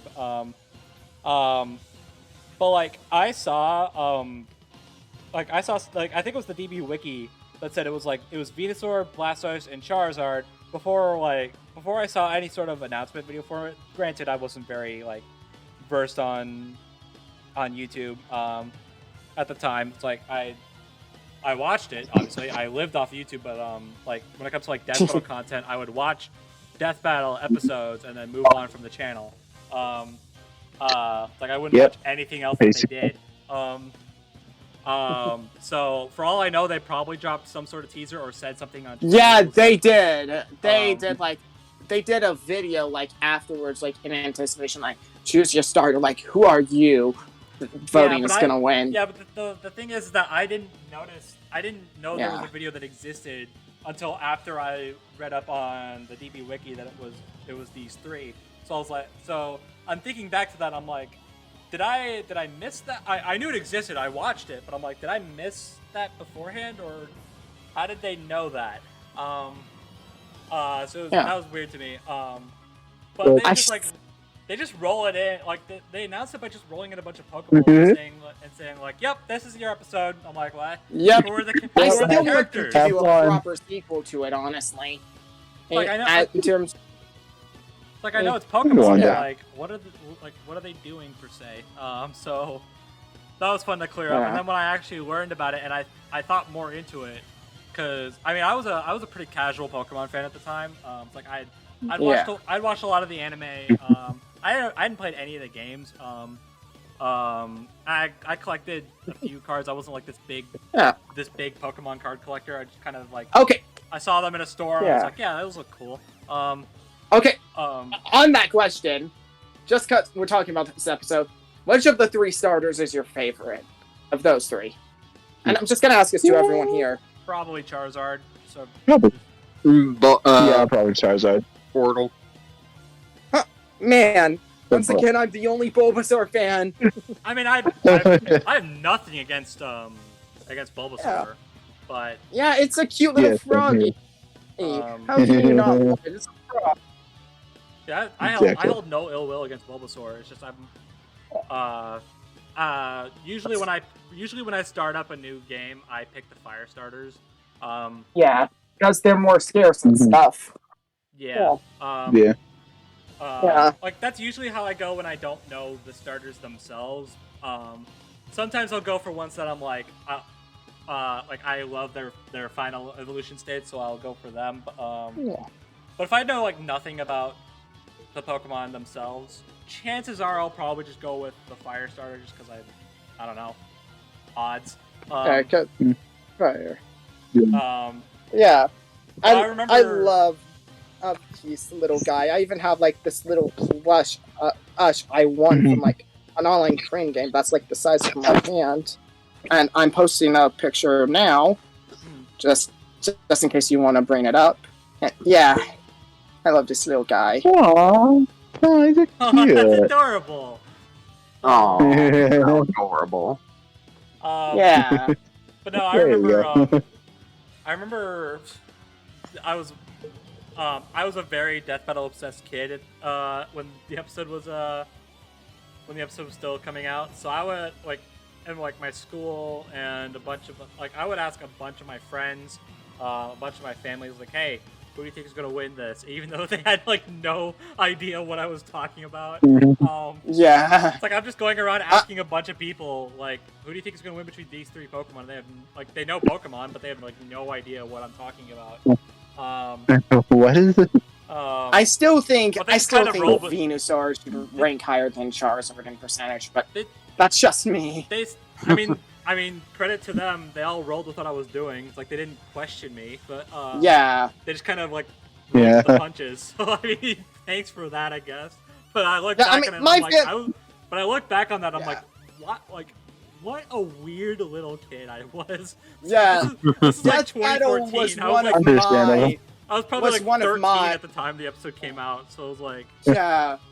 Oh my gosh. But man, Death Battle alongside Pokemon on Kirby and Mario were my autistic obsessions, and at the time when I mean they still kind of are, but not Mario as much per se.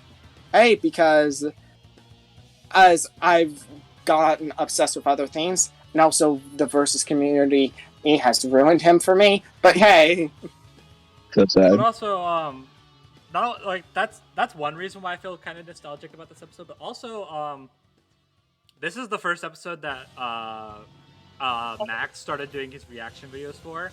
Yeah. True. And I still look back. I still look back on Bit that. of a throwback. I still look back on that and I'm like, this is charming. This is a very charming reaction video. I really wish he did more. I have some personal beef with Max. It's a funny story, but yeah.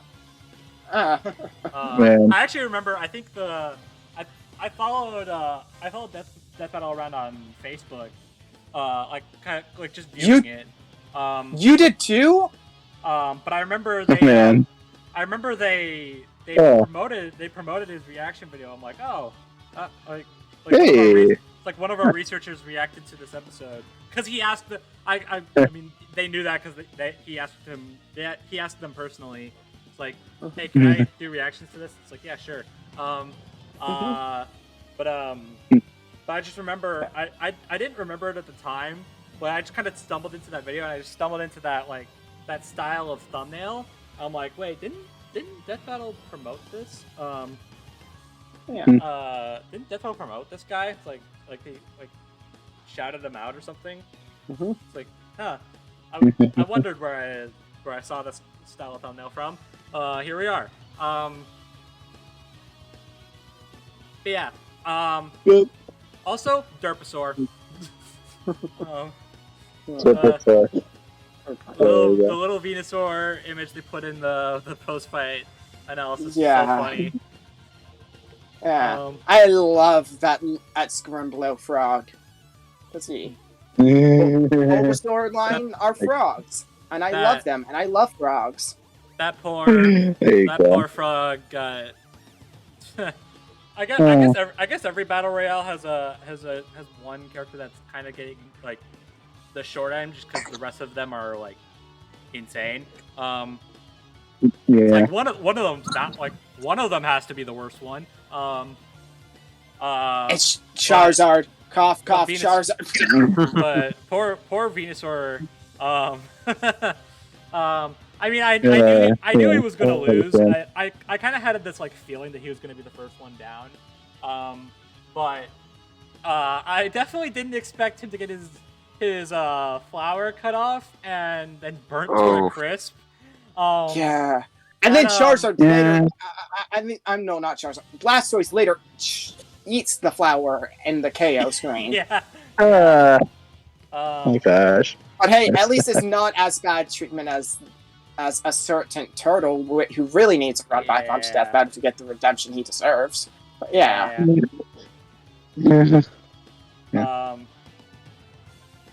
So I mean that's a solid